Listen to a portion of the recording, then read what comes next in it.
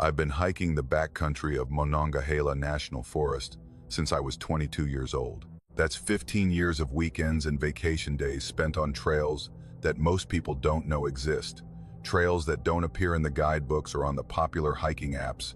Trails that you find only by walking the mountains long enough that they start to reveal themselves to you, the way an old house reveals its hidden rooms to someone who's lived there long enough to notice the doors. I'm not saying that to impress anyone.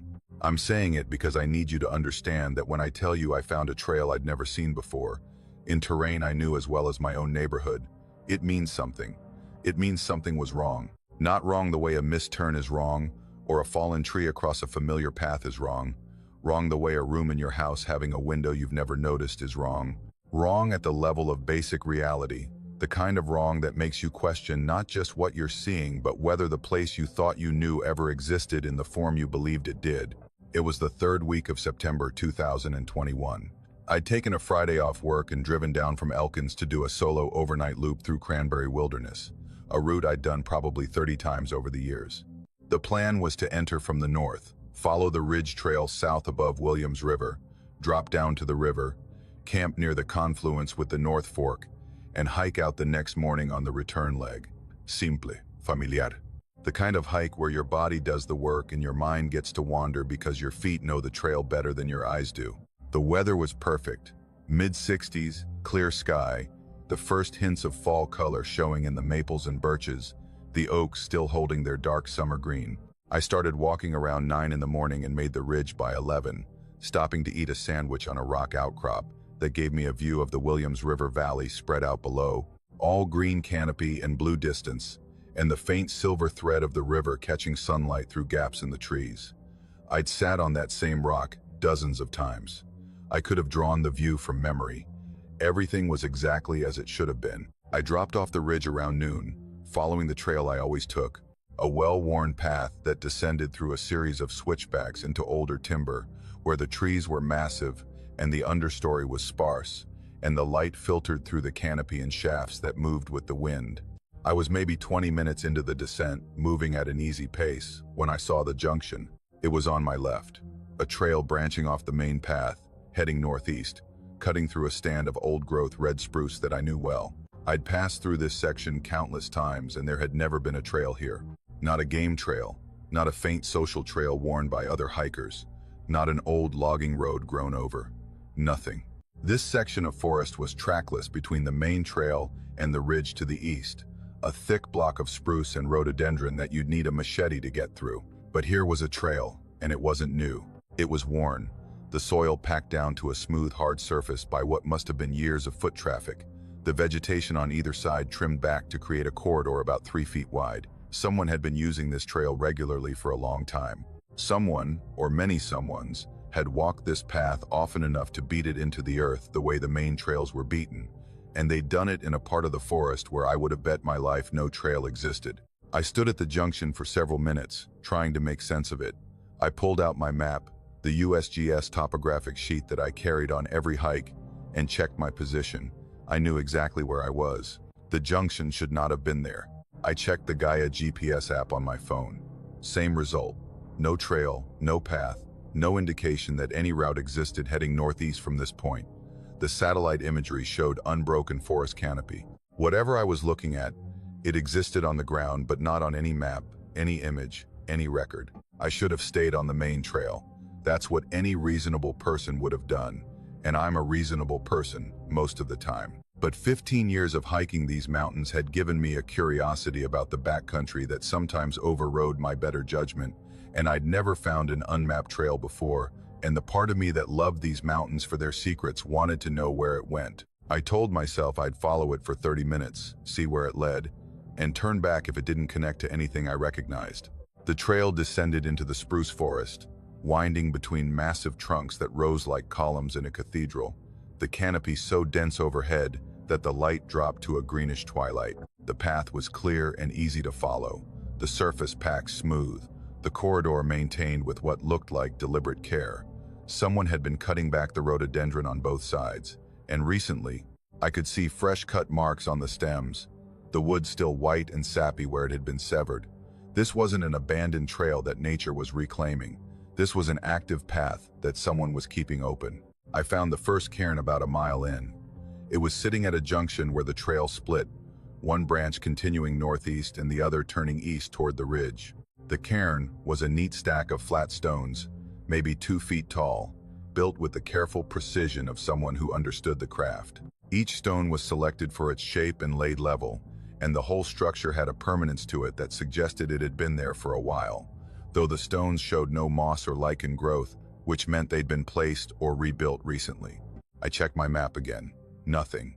No junction, no trail, no feature that corresponded to what I was standing in front of. I took the northeast branch and kept walking. The cairns continued, spaced every 100 yards or so, marking the trail with a consistency that spoke of planning and purpose. They weren't random piles of stones thrown up by a casual hiker. They were navigation aids, carefully placed at points where the trail curved or the terrain changed, ensuring that whoever used this path could follow it without difficulty, even in poor visibility. Someone had built a trail system in the backcountry of Monongahela National Forest, complete with blazes and cairns and maintained corridors, and they'd done it without appearing on any map or being noticed by any other hiker I'd ever talked to. The hollow deepened as I descended.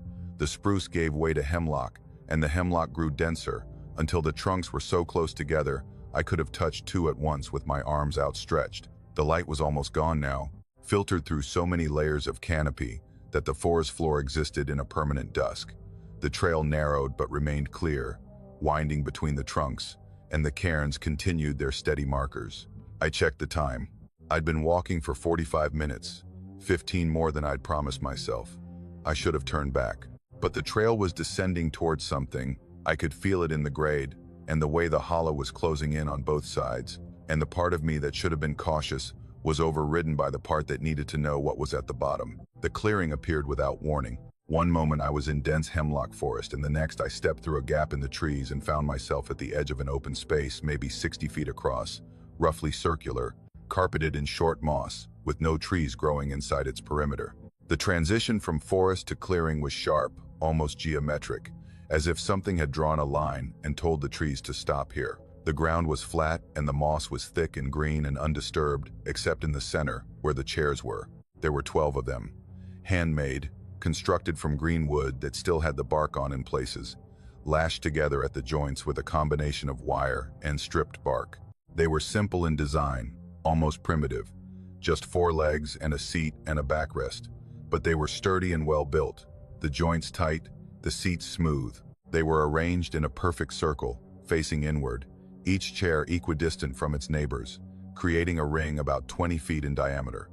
The precision of the arrangement was unsettling, not approximate, not roughly circular, but mathematically precise, as if someone had measured the angles and distances with instruments. 12 chairs, 12 positions, each one facing the center of the circle, where there was nothing but moss and a ring of disturbed earth that might have been a fire pit or might have been something else. I walked to the nearest chair and examined it. The seat was worn smooth, not by weather, but by use, the wood polished by the friction of bodies sitting and shifting over what must have been months or years. The wire lashings were tight and showed no rust, suggesting they'd been replaced or tightened recently. Fresh wood shavings lay scattered on the ground around several of the chairs, the pale curls of green wood that you get from carving or whittling, and they were fresh, still moist, still carrying the sharp smell of sap. Someone had been here within the last day or two, sitting in these chairs, carving wood, doing whatever else they did in this hidden clearing at the bottom of an unmarked hollow in the middle of the national forest. I looked at the ground more carefully. The moss around the circle was trampled in patterns that made my stomach tighten. Footprints, dozens of them, pressed into the soft ground in trails that circled the chairs and wove between them and crossed each other in loops and spirals that looked choreographed.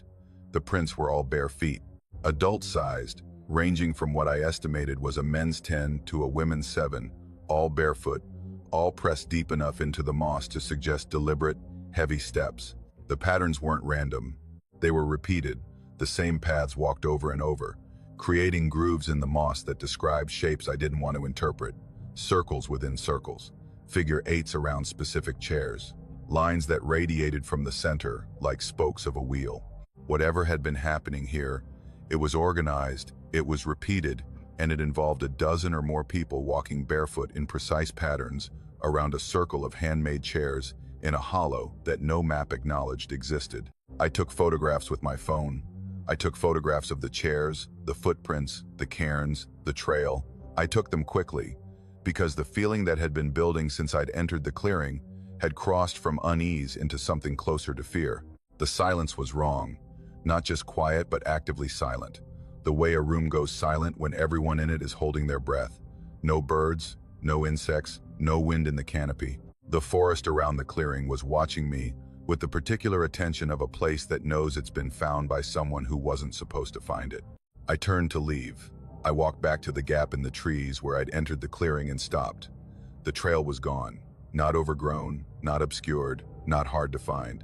Gone. Where the clear, worn path had delivered me to the clearing minutes earlier, there was now only forest. Dense hemlock, rhododendron thickets, undisturbed undergrowth with no indication that any human foot had ever passed through it. I pushed into the trees anyway, fighting through the rhododendron in the direction I knew the trail had been, and after 50 yards of thrashing through brush that tore at my clothes and scratched my face, I found a cairn. But it wasn't pointing back the way I'd come. It was pointing deeper into the hollow, northeast, toward terrain I didn't know. I found 3 more cairns over the next hour. Each one pointed in a different direction than I expected, each one leading me along paths that appeared and disappeared unpredictably, opening up for 50 yards of clear walking before closing into impenetrable thicket. I was being redirected, guided. The trail system that had led me in was now leading me somewhere else, and the cairns were cooperating, their careful stone stacks pointing with deliberate authority toward destinations I hadn't chosen. I abandoned the cairns. I pulled out my compass, took a bearing west toward the main trail, and pushed straight through the forest, ignoring the paths, ignoring the cairns, fighting through underbrush by brute force. It took me over 2 hours to cover what should have been a mile of forest. The undergrowth was vicious, the rhododendron forming walls I had to crawl under or climb over, the terrain dropping and rising in ways that my topographic map didn't show. But I kept the bearing, and eventually, scratched and exhausted and shaking with a fear I couldn't fully articulate, I broke out onto the main trail. I knew where I was immediately. I was on the descent route I'd been following that morning, maybe a quarter-mile below where the junction had been. I looked uphill toward where I'd found the unmarked trail. There was nothing there, just forest, dense and unbroken, the spruce and hemlock growing in an impenetrable mass that showed no gap, no corridor, no indication that any trail had ever existed. I hiked out. I didn't camp that night. I walked the remaining 4 miles to the trailhead in the fading light and drove back to Elkins and sat in my apartment and looked at the photographs on my phone. They were there. The chairs, the footprints, the cairns, the trail, all of it documented in clear digital images that proved I hadn't imagined what I'd found. 12 handmade chairs in a perfect circle, dozens of bare footprints in ritualistic patterns, a trail system that someone had built and maintained in secret, deep in the national forest, for purposes I couldn't begin to understand. I went back 2 weeks later. I found the descent trail, found the exact point where the junction had been. There was nothing. I searched for an hour, pushing into the forest on either side of the main trail, looking for any sign of the path I'd followed. No trail, no cut marks on the rhododendron, no worn ground, no cairns. The forest was undisturbed, as if it had never been opened, as if the trail and the clearing and the chairs had been a hallucination that left photographic evidence. I've shown those photos to friends, to other hikers, to a forest ranger I know who's worked in Monongahela for 20 years. Everyone agrees the images show what I say they show. No one can explain them. The ranger checked the area by GPS coordinates and found nothing but unbroken forest. He suggested maybe I'd been in a different part of the wilderness than I thought, that maybe the clearing was somewhere else and I'd gotten confused about the location. But I wasn't confused. I know those trails. I know that forest. And I know that on a September afternoon in 2021, a trail appeared where no trail had been, led me to a place that shouldn't exist, and then closed behind me like a door. I still hike Monongahela. I still walk those trails every chance I get. But I don't follow unmarked paths anymore. I don't investigate junctions that don't appear on my map. And when I'm on the descent route above Williams River, I don't look to the left, because I'm afraid of what I might see. I'm afraid the trail will be there again, worn and waiting, with its cairns pointing inward toward a hollow where 12 chairs sit in a circle and the moss is trampled with the footprints of barefoot people who walk in patterns. I don't want to understand, and I'm afraid that if I follow it again, the trail won't just close behind me. I'm afraid I'll reach that clearing and the chairs won't be empty. I'll reach it at the wrong time, on the wrong night, and I'll find the 12 people sitting there, watching each other, doing whatever they do in that hidden place when no one else is watching. My grandfather built that cabin in 1961 with wood he cut and milled himself from trees that grew on the same hollow where the structure would stand. He was that kind of man, the kind who believed that a thing ought to come from the place where it would live, that there was a rightness to building a house from the bones of the land it sat on. The cabin was simple, one room with a sleeping loft, a wood stove made from a 50-gallon drum, a porch that ran the length of the front wall and looked out over the hollow as it fell away toward the creek at the bottom. Behind the cabin, the ridge rose at an angle that bordered on vertical, a wall of rock and old-growth timber that climbed maybe 800 feet to a knife-edge summit that you could see from town on clear days. Nobody went up that ridge. There was no trail, no game path, no reason to attempt to climb that would challenge a person with ropes and experience in daylight and would be suicidal in the dark. The ridge was a wall at the back of our property, a boundary between the hollow where we hunted and whatever lay on the other side, and in 30 years of visiting that cabin, I'd never given much thought to what was up there. It was just the ridge. It was just the back wall of the world as I knew it. My brother Cole and I started going up there together after our grandfather died in 2007. We'd been going with him since we were boys, learning to hunt, learning to read the woods, learning the particular rhythms of a week spent in the mountains with no electricity and no running water and no connection to the outside world except the logging road that wound 4 miles down to the county blacktop. After he was gone, we kept the tradition. First week of November, every year, no exceptions. Cole would drive up from Morgantown where he worked construction, and I'd come from Elkins where I taught high school biology, and we'd spend the week the way our grandfather had taught us hunting during the day, sitting on the porch at night, talking about whatever needed talking about, or sitting in comfortable silence when nothing did.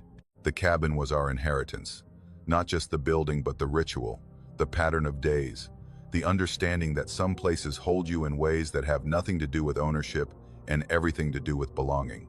November 2019. We arrived on a Sunday afternoon, unloaded the truck, split enough wood to get us through the week, and settled in.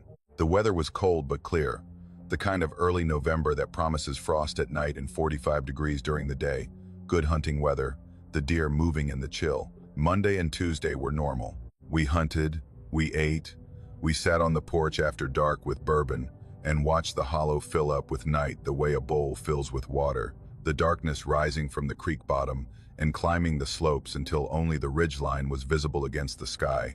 And then that too was gone, and the world was just sound and cold, and the orange glow of the wood stove through the cabin windows behind us. Wednesday night was different. We'd had a good day. Cole had taken a 6-point buck from a stand overlooking a trail that crossed the creek, a clean shot through the lungs at maybe 80 yards, and we'd spent the afternoon dressing it and hanging it from the meat pole behind the cabin. We were in good spirits, sitting on the porch around 8 o'clock, the temperature dropping into the mid-20s, the sky clear enough that the stars were thick and bright through the bare branches overhead. The hollow was quiet in the way it always was at night, not silent but settled, the creek audible at the bottom, an occasional owl, the small sounds of the forest doing its nighttime business. Normal sounds, expected sounds, the sounds I'd been hearing at this cabin since I was 6 years old. The scream came at 8:47. I know the time because I checked my watch afterward, wanting to fix the moment, to anchor it to something concrete and measurable. It came from the ridge behind the cabin, from somewhere high on that near vertical slope, and it was a woman's voice, and it was screaming. I need to be specific about what I mean when I say it was human. I've spent my adult life in these mountains. I've heard bobcats in breeding season, which is a sound that will stand the hair up on your neck if you don't know what it is, a ragged, shrieking cry that sounds like a woman being murdered. I've heard red foxes barking, which can sound like a person shouting for help. I've heard barred owls doing their full repertoire, including the caterwauling calls that have sent more than one inexperienced hiker running for their car. I know these sounds. I can identify them in my sleep. What came off that ridge was none of them. It was a human voice, female, screaming at a pitch and duration that communicated pure terror, the kind of scream that comes from someone who is seeing something so terrible that the body bypasses language entirely and goes straight to the most primitive sound it can produce. It lasted maybe 4 seconds. It echoed off the walls of the hollow, bouncing between the slopes, and then it stopped, and the silence that replaced it was so absolute that the creek at the bottom of the hollow seemed to go quiet, as if even the water was listening. Cole and I were on our feet. We'd both stood at the same instant, the way you stand when a sound reaches past your conscious mind and triggers the older systems, the ones that don't wait for analysis. We were standing on the porch in the dark, staring up at the ridge, and I could feel my heart in my throat, and my hands had gone cold in a way that had nothing to do with the temperature. Cole said, "Did you hear that?" And I said yes, and he said that was a person, and I said yes. Cole is 3 years younger than me, and he's always been the one who moves first and thinks second. Before I could say anything else, before I could suggest we go inside and get a flashlight or a rifle or our phones, he cupped his hands around his mouth and shouted up at the ridge, "Hello, are you okay? Do you need help?" His voice was loud in the silence, a solid baritone that I'm sure carried well up the slope. The words bounced off the rock face and came back to us diminished, and then there was silence again. Deep, heavy silence, the kind that has texture, the kind you can feel pressing against your skin. 10 seconds. 15.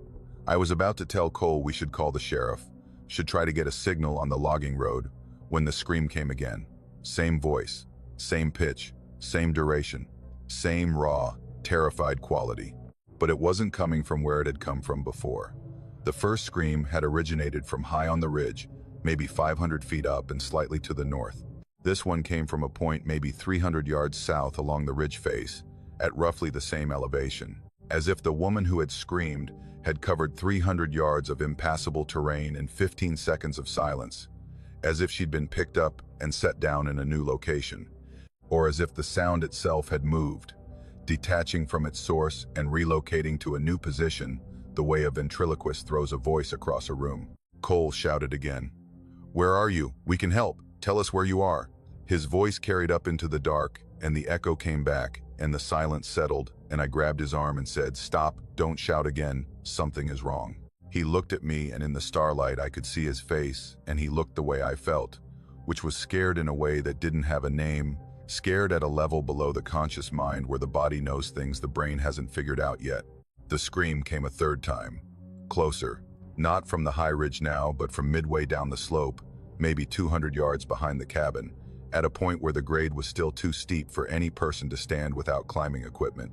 Same voice, same scream, identical in every respect to the first two, as if it had been recorded and was being played back from a speaker that was moving down the mountain toward us. And this time, when it ended, I heard something else.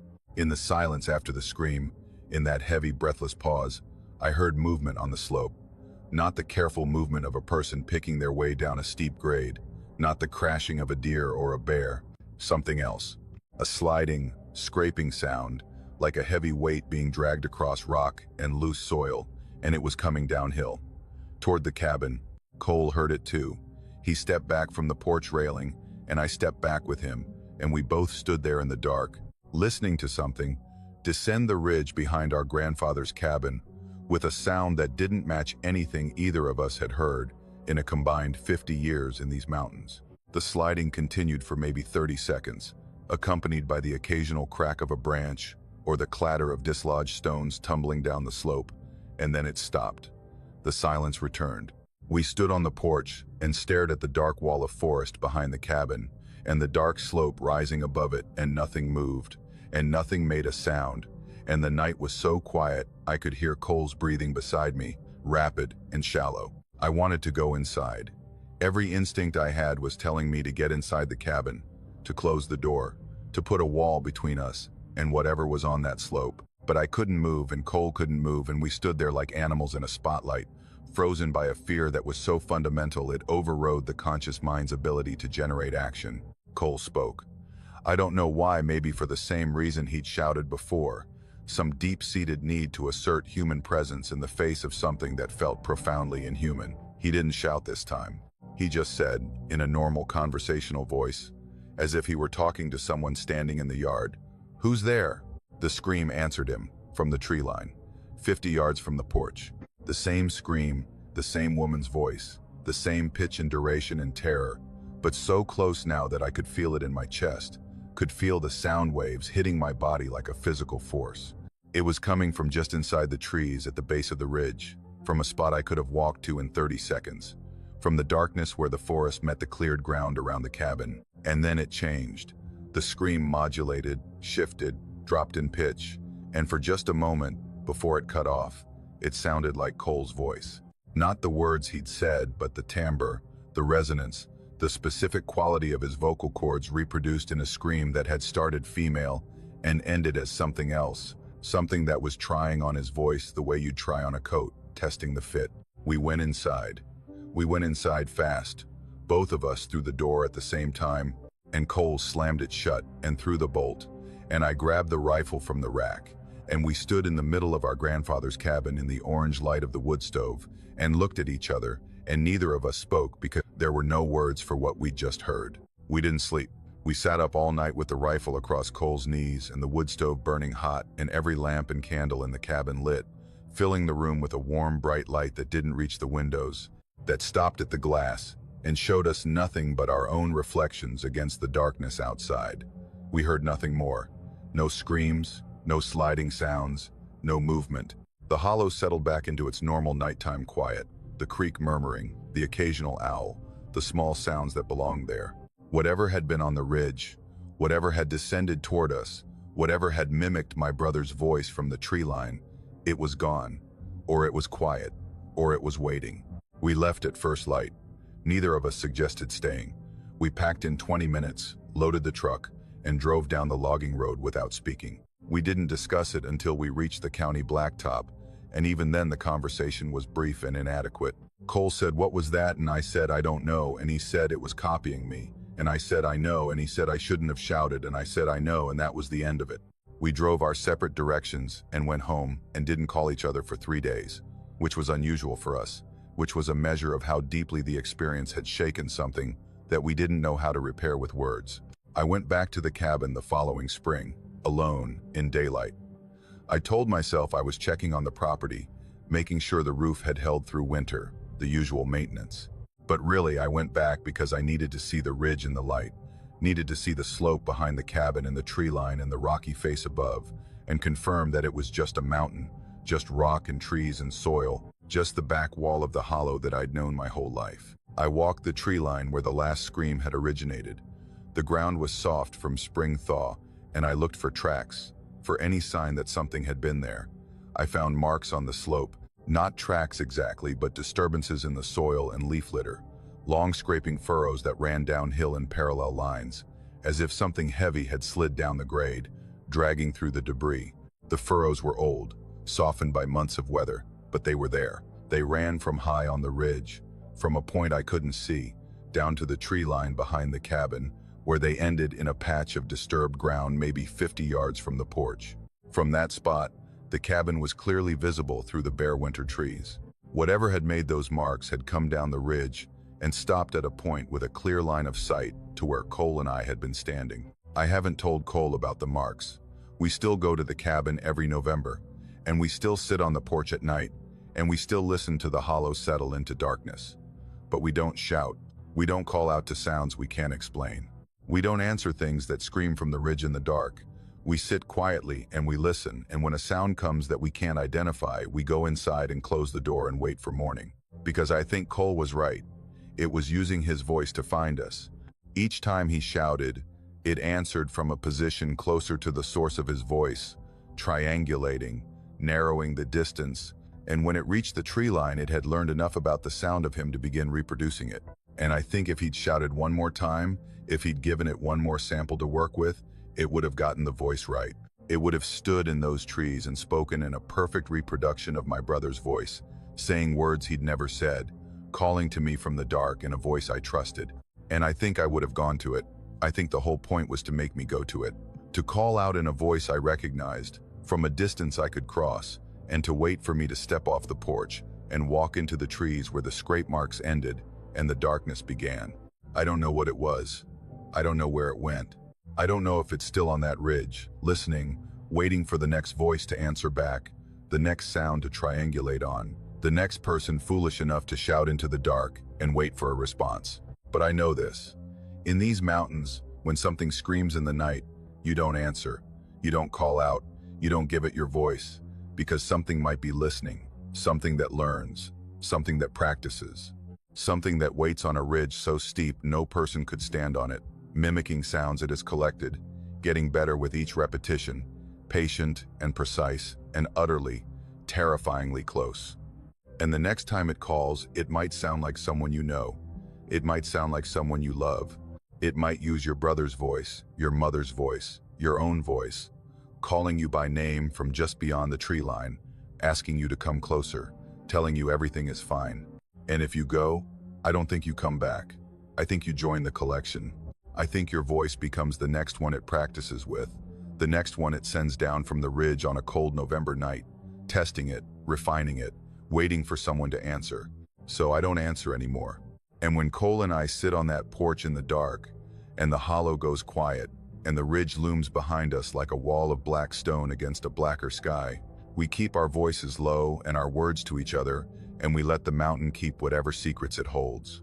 Because some things in these woods aren't asking for help when they scream, they're hunting. And the bait is your own need to respond, your own human compulsion to answer a cry of distress, to call back into the darkness and say, I'm here, tell me where you are. Don't tell it where you are.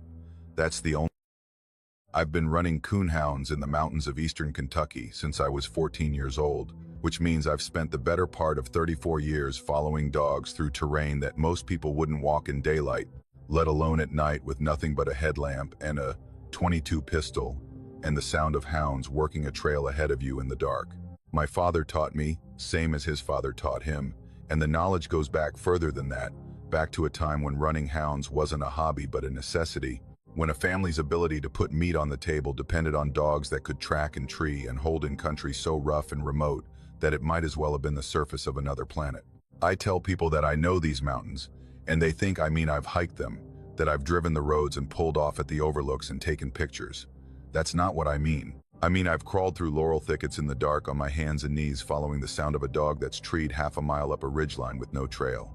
I mean I've waded creeks in November when the water was cold enough to stop your heart and climbed rock faces by feel because the headlamp died and the dog was still running and you don't leave your dog. I know these mountains the way a miner knows the inside of a shaft, by feel, by sound, by the particular quality of darkness in each hollow and on each ridge, because darkness is not the same everywhere, and anyone who tells you otherwise hasn't spent enough time in it. The dogs know the mountains better than I do.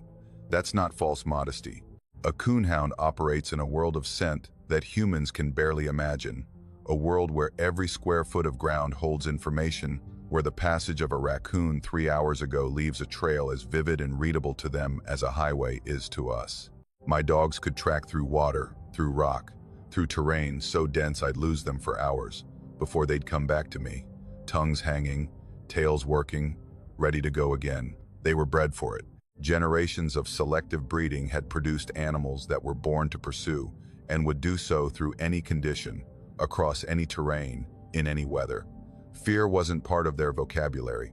They'd run through thorn bushes that shredded their ears, swim rivers that would drown a man, confront bears and bobcats with nothing but their voice and their courage. In 20 years of running hounds, through hundreds of nights in some of the wildest country in Appalachia, I had never once seen a dog refuse to track, until Jessup Hollow. I need to tell you about the hollow before I tell you what happened, because the place matters. Everything in these mountains is about place, about the specific character of a particular piece of ground, and Jessup Hollow has a character that I'd been aware of long before that night in October. It sits about 6 miles southeast of Hindman in Knott County, a deep crease in the mountains where two ridges come together at a narrow angle and a creek runs between them before emptying into Troublesome Creek at the bottom. The hollow is maybe 1.5 miles long, steep-sided, heavily timbered with old hemlock and poplar that block the sky so thoroughly that the floor of the hollow exists in a permanent twilight even at noon. There's no road into it. There used to be a footpath that the old families used. The people who lived up those hollows before the modern world made that kind of isolation unnecessary, but it's been grown over for decades. The only reliable way in, is to follow the creek from its mouth, walking the creek bed itself because the banks are too choked with rhododendron to navigate. People in Knott County don't go into Jessup Hollow. That's not an exaggeration or a simplification. There's a general understanding, never formally stated, never written down, never taught as a lesson, but absorbed the way children absorb the unspoken rules of any community, that Jessup Hollow is a place you leave alone. If you ask people why, you get different answers. Some say the terrain is too rough, that there's nothing in there worth the effort of getting to it. Some say the old families who lived there were strange people who didn't want visitors and that the hollow inherited their temperament.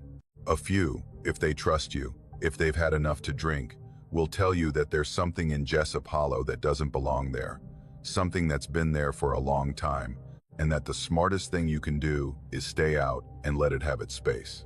I'd run dogs near the hollow before, along the ridges on either side, and along Troublesome Creek below its mouth.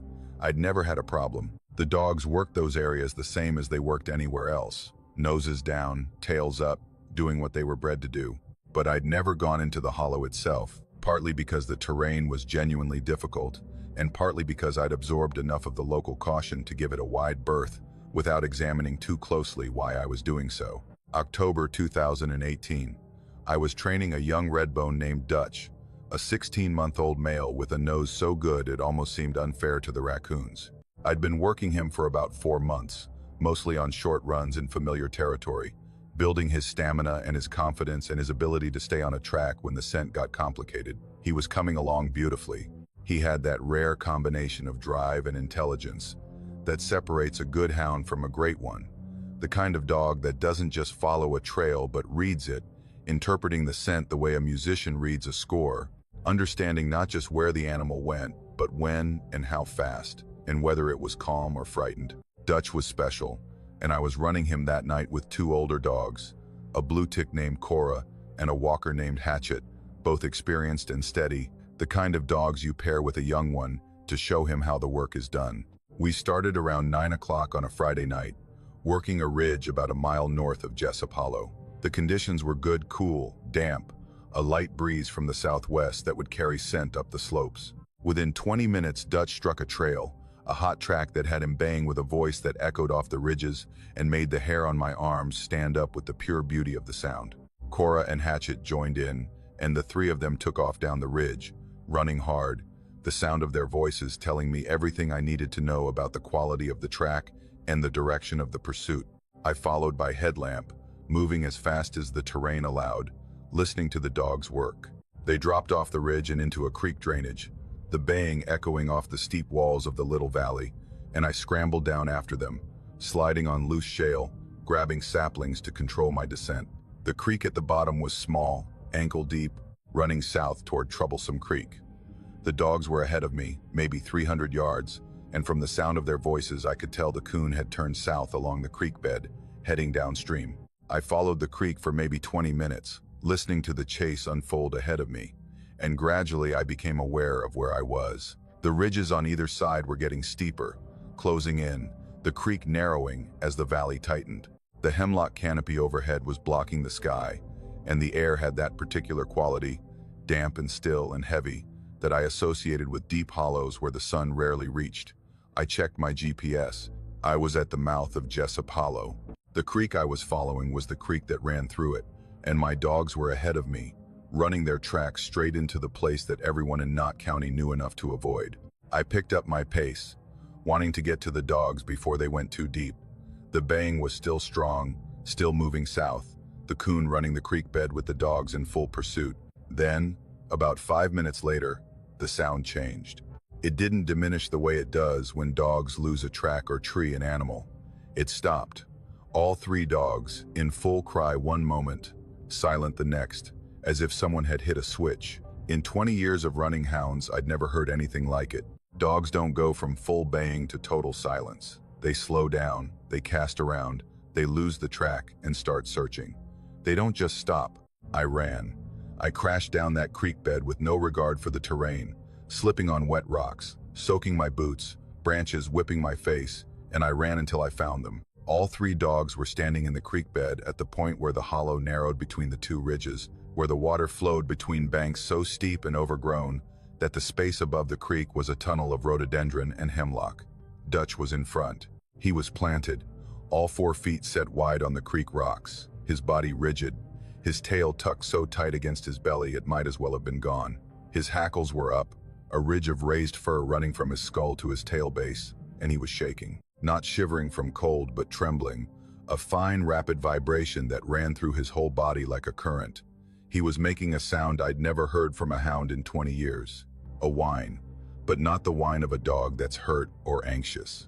This was deeper, more guttural, a continuous low vocalization that came from his chest and vibrated in his throat and sounded less like a dog and more like something fundamental, something that existed below language, below species, in the territory of pure biological alarm. I brought Cora and Hatchet up.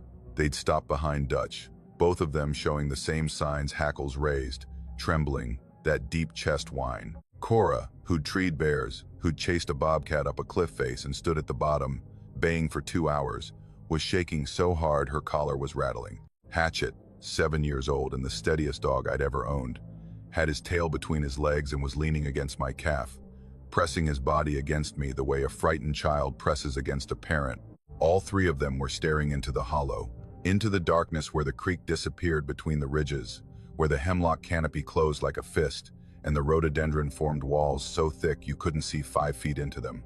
They were staring, and they were terrified, and every instinct that 100 generations of breeding had given them, the drive, the courage, the relentless pursuit, all of it was overridden by something more fundamental, something older than breeding, older than domestication, something that lived in the deepest part of their animal brains and was screaming at them to not go forward. I stood there in the creek bed with my 3 dogs trembling against me, and I looked into Jessup Hollow, and I tried to see what they were seeing, or smelling. Whatever had stopped them, it wasn't visual. The hollow was too dark and too dense for any of us to see more than a few yards into it. It was scent. Something in that hollow was producing a scent that my dogs could read and I couldn't. A chemical message carried on the damp air that said danger in a language older than human speech, and whatever was producing that scent was terrible enough to stop 3 coonhounds in full pursuit and reduce them to shaking, whining animals that wanted nothing more than to leave. I tried to move Dutch forward, not aggressively, just a gentle pressure on the leash, a verbal encouragement, the kind of handling that had always been enough to push a hesitant dog past a moment of uncertainty. He wouldn't move.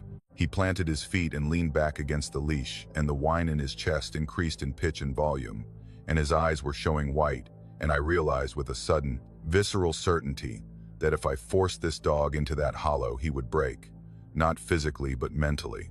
Whatever was in there would damage something in him that couldn't be repaired, would destroy the thing that made him a hound, the courage and the drive and the joy of the chase, and he would never be the same dog again. I stopped pulling. I stood in the creek bed in the dark with my headlamp making a small circle of light on the water, and I listened. The hollow was quiet. Not just quiet, silent, the way a room is silent when someone is holding their breath. No water sounds from upstream, though the creek clearly continued into the hollow. No insects, no owl, no rustling, no wind in the canopy. The silence had a pressure to it, a density, as if the air in the hollow was heavier than the air around it, as if something was compressing the atmosphere at the entrance, the way a hand compresses a sponge. And then I smelled it.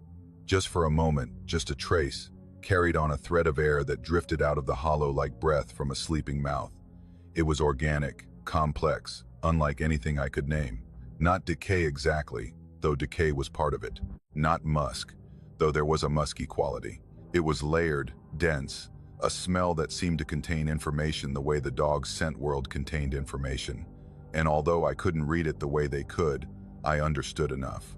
I understood that something was in that hollow that was alive and large and very close, and that it was aware of us in the same way we were aware of it, and that the smell was not incidental but intentional, a warning, a territorial marker, a message that said this place is mine and you are not welcome, and if you come further, you will learn why. I turned around. I picked up Dutch's leash and Cora's leash and Hatchet's leash, and I turned my back on Jessup Hollow, and I walked down the creek bed the way I'd come, and the dogs came with me willingly, eagerly, pulling ahead of me in their haste to put distance between themselves and whatever they'd smelled. We walked in silence for a long time, the dogs gradually settling, the trembling subsiding, the whining fading as the hollow fell behind us. By the time we reached Troublesome Creek, maybe half a mile downstream, they were almost normal again. Almost. Dutch kept looking back, checking behind us, ears swiveling, and he did that for the rest of the night. I talked to people afterward, carefully, indirectly, the way you ask about things in these mountains when you're not sure you want the answers. I talked to an old man named Elmer Stacy who'd lived within a mile of Jessup Hollow his entire life, 87 years, and who told me his father had warned him about the hollow when he was a boy, and his grandfather had warned his father before that. He said the hollow had always been wrong.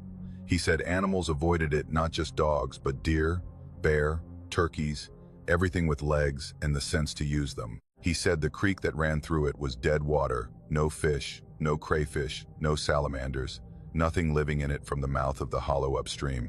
He said people had gone in over the years, a few, and most of them came back and didn't talk about what they'd found, and the ones who did talk said things that didn't make sense, things about the trees being wrong and the ground being wrong and the air being wrong in ways they couldn't describe because the English language doesn't have words for a place that is fundamentally, structurally incorrect. He said one man didn't come back, a logger in the 1940s who'd gone in to scout timber and was found 3 days later sitting on a rock at the mouth of the hollow, alive but empty, staring at nothing, unable to speak or feed himself or do anything except sit and stare at the place he'd come from. He never spoke again. He died in a state hospital in Lexington in 1953. I don't go near Jessup Hollow anymore. I run my dogs on other ridges, in other hollows, in places where the forest is just a forest, and the darkness is just the absence of light, and the things that live in the woods are things I can name and understand. Dutch is 8 now, getting gray around the muzzle, still the best nose I've ever worked with. He'll run anything, anywhere, through any terrain and any conditions, fearless and driven and joyful in the way that only a dog doing exactly what it was born to do can be joyful. Except he won't go south of that ridge. He knows where the hollow is, the way a compass knows where north is, by some internal orientation that doesn't require sight or memory, and if I take him anywhere within a mile of it, he stops and sits and looks at me with those brown eyes and waits for me to make the right decision. And I always do. I turn around and we go somewhere else, and I don't look back, and I don't think about what's sitting in that hollow in the dark, producing a scent that 3 coonhounds could read like a death sentence, patient and permanent and utterly, absolutely certain that it will never be disturbed, because the dogs know, they've always known. I've been doing search and rescue in the Allegheny Highlands of West Virginia for 11 years, which means I've seen most of the ways people come apart in the backcountry. I've carried out hikers who fell from ridge lines and broke themselves on the rocks below. I've found hunters who wandered off their stands and got turned around in hollows so deep the compass spun and the GPS bounced off 3 different satellites and still couldn't figure out where it was. I've recovered drowning victims from rivers that look calm on the surface and held undertows that could pin a grown man against a submerged log until his lungs filled. The work has a rhythm to it, a grim but predictable cycle of alarm and search and discovery, and even when the discovery is terrible, and it often is, there's usually an explanation that fits inside the boundaries of what I understand about people and mountains and the ways they interact. People make mistakes. The terrain punishes mistakes. The outcome is tragedy, but not mystery. I can live with tragedy. What I can't live with, what sits in my chest like a stone I swallow every morning and carry all day, is mystery. And the campsite we found in Dolly Sods in August of 2022 is the purest mystery I've ever encountered. A thing that defies every explanation I've tried to build around it and sits there in my memory, intact and impossible, refusing to become anything other than exactly what it was. The call came on a Tuesday morning. A family of 4, the Harpers from Northern Virginia, were 2 days overdue from a backcountry camping trip in the Dolly Sods wilderness. The father, Craig, had filed a trip plan with the ranger station 3 nights in the backcountry, entering from the Bear Rocks trailhead, camping near Red Creek, exiting on Monday. It was now Tuesday, and they hadn't come out and weren't answering their phones, which meant nothing in Dolly Sods where cell coverage is a fantasy, but the family waiting for them back in Fairfax was worried, and the Rangers were taking it seriously. Craig was 44. His wife Melissa was 41. Their kids, a boy named Tyler and a girl named Sophia, were 16 and 14. Experienced campers, according to the trip plan. Proper gear, good physical condition. The kind of family that knew what they were doing in the backcountry, which made the overdue status more concerning, not less, because experienced people don't usually just lose track of time. We assembled a team of 8 and entered from Bear Rocks on Tuesday afternoon, following the route Craig had listed on his trip plan. Dolly Sods is strange country, even by Appalachian standards, a high-elevation plateau that looks more like the Canadian tundra than West Virginia, with open heath barrens and wind-stunted spruce and bogs that can swallow you to the waist if you step wrong. The terrain is disorienting. The trails are poorly marked. The weather changes fast, fog rolling in from the Allegheny front with no warning, reducing visibility to 20 feet in minutes. People get lost up there regularly, and most of them are found within a day, sheepish and dehydrated but alive. I expected this to be one of those. A family that took a wrong turn ended up in one of the drainages, where the trails peter out, maybe a twisted ankle or a case of mild hypothermia, keeping them from hiking out on their own. Standard stuff, routine. We found the campsite on Wednesday morning, the second day of searching. It was in a clearing about 200 yards from Red Creek, on a flat bench of ground shaded by a stand of red spruce that grew in a rough semicircle, creating a natural windbreak. The campsite was visible from maybe 50 yards out, and the first thing I noticed was how orderly it was. 2 tents, a larger 4-person and a smaller 2-person, pitched side by side on level ground, properly staked with the rainflies taut and the guy lines pegged at the correct angles. The site was textbook, the kind of setup you'd see in a camping manual, everything done right, everything in its place. We approached carefully, calling out as we came, identifying ourselves as search and rescue. No response.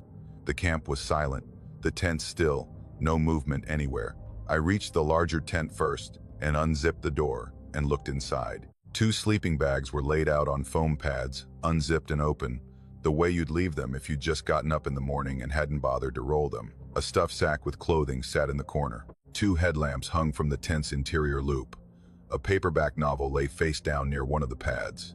Everything was dry, everything was clean, everything was arranged with the particular neatness of people who keep an orderly camp. The tent smelled like nylon and bug spray, and the faint human smell of people who've been sleeping in close quarters. It smelled occupied. It smelled like people had been there recently and had simply stepped out. The second tent was the same. 2 sleeping bags, open and flat, personal items arranged neatly, a phone charging from a portable battery pack, the screen dark, a journal with a pen clipped to the cover. The kids' tent, clearly, from the younger-looking gear and the phone. Outside, the campsite told the same story of orderly habitation interrupted mid-moment. A bear bag hung from a tree branch, properly rigged on a cord thrown over a high limb, containing what we later inventoried as 3 days' worth of food for 4 people, properly packed in sealed bags. A camp stove sat on a flat rock near the fire ring, and on it was a pot. The pot had contained water at some point. The stove's fuel canister was empty, completely spent, which meant the stove had been burning until the fuel ran out. The water had boiled away, and the bottom of the pot was scorched black, the metal discolored from sustained dry heat. Someone had put water on to boil, and then never come back to tend it, and the stove had burned until there was nothing left to burn. 4 pairs of hiking boots sat outside the tent doors, 2 large pairs, 2 smaller, arranged neatly on the ground cloth, laces loosened, the way you'd leave them if you were stepping out of your tent in the morning and planned to put them on in a moment. Socks were tucked inside each pair. I looked at those boots for a long time. 4 people had taken off their boots and socks and placed them carefully outside their tents, and then walked away from the campsite barefoot into terrain that included rocks and roots and thorns, and the general hostility of a wilderness floor that punishes unprotected feet. They'd done it deliberately, not in panic, not in haste. The boots were too neatly arranged for panic. Each pair was side by side, aligned with the tent door, socks rolled and tucked inside. This was methodical. This was chosen. And then there were the footprints. The ground around the campsite was soft from recent rain, a dark, peaty soil that held impressions clearly, and it was covered in footprints, bare footprints, dozens of them, maybe hundreds, layered on top of each other in patterns that I spent the better part of an hour trying to understand, and couldn't.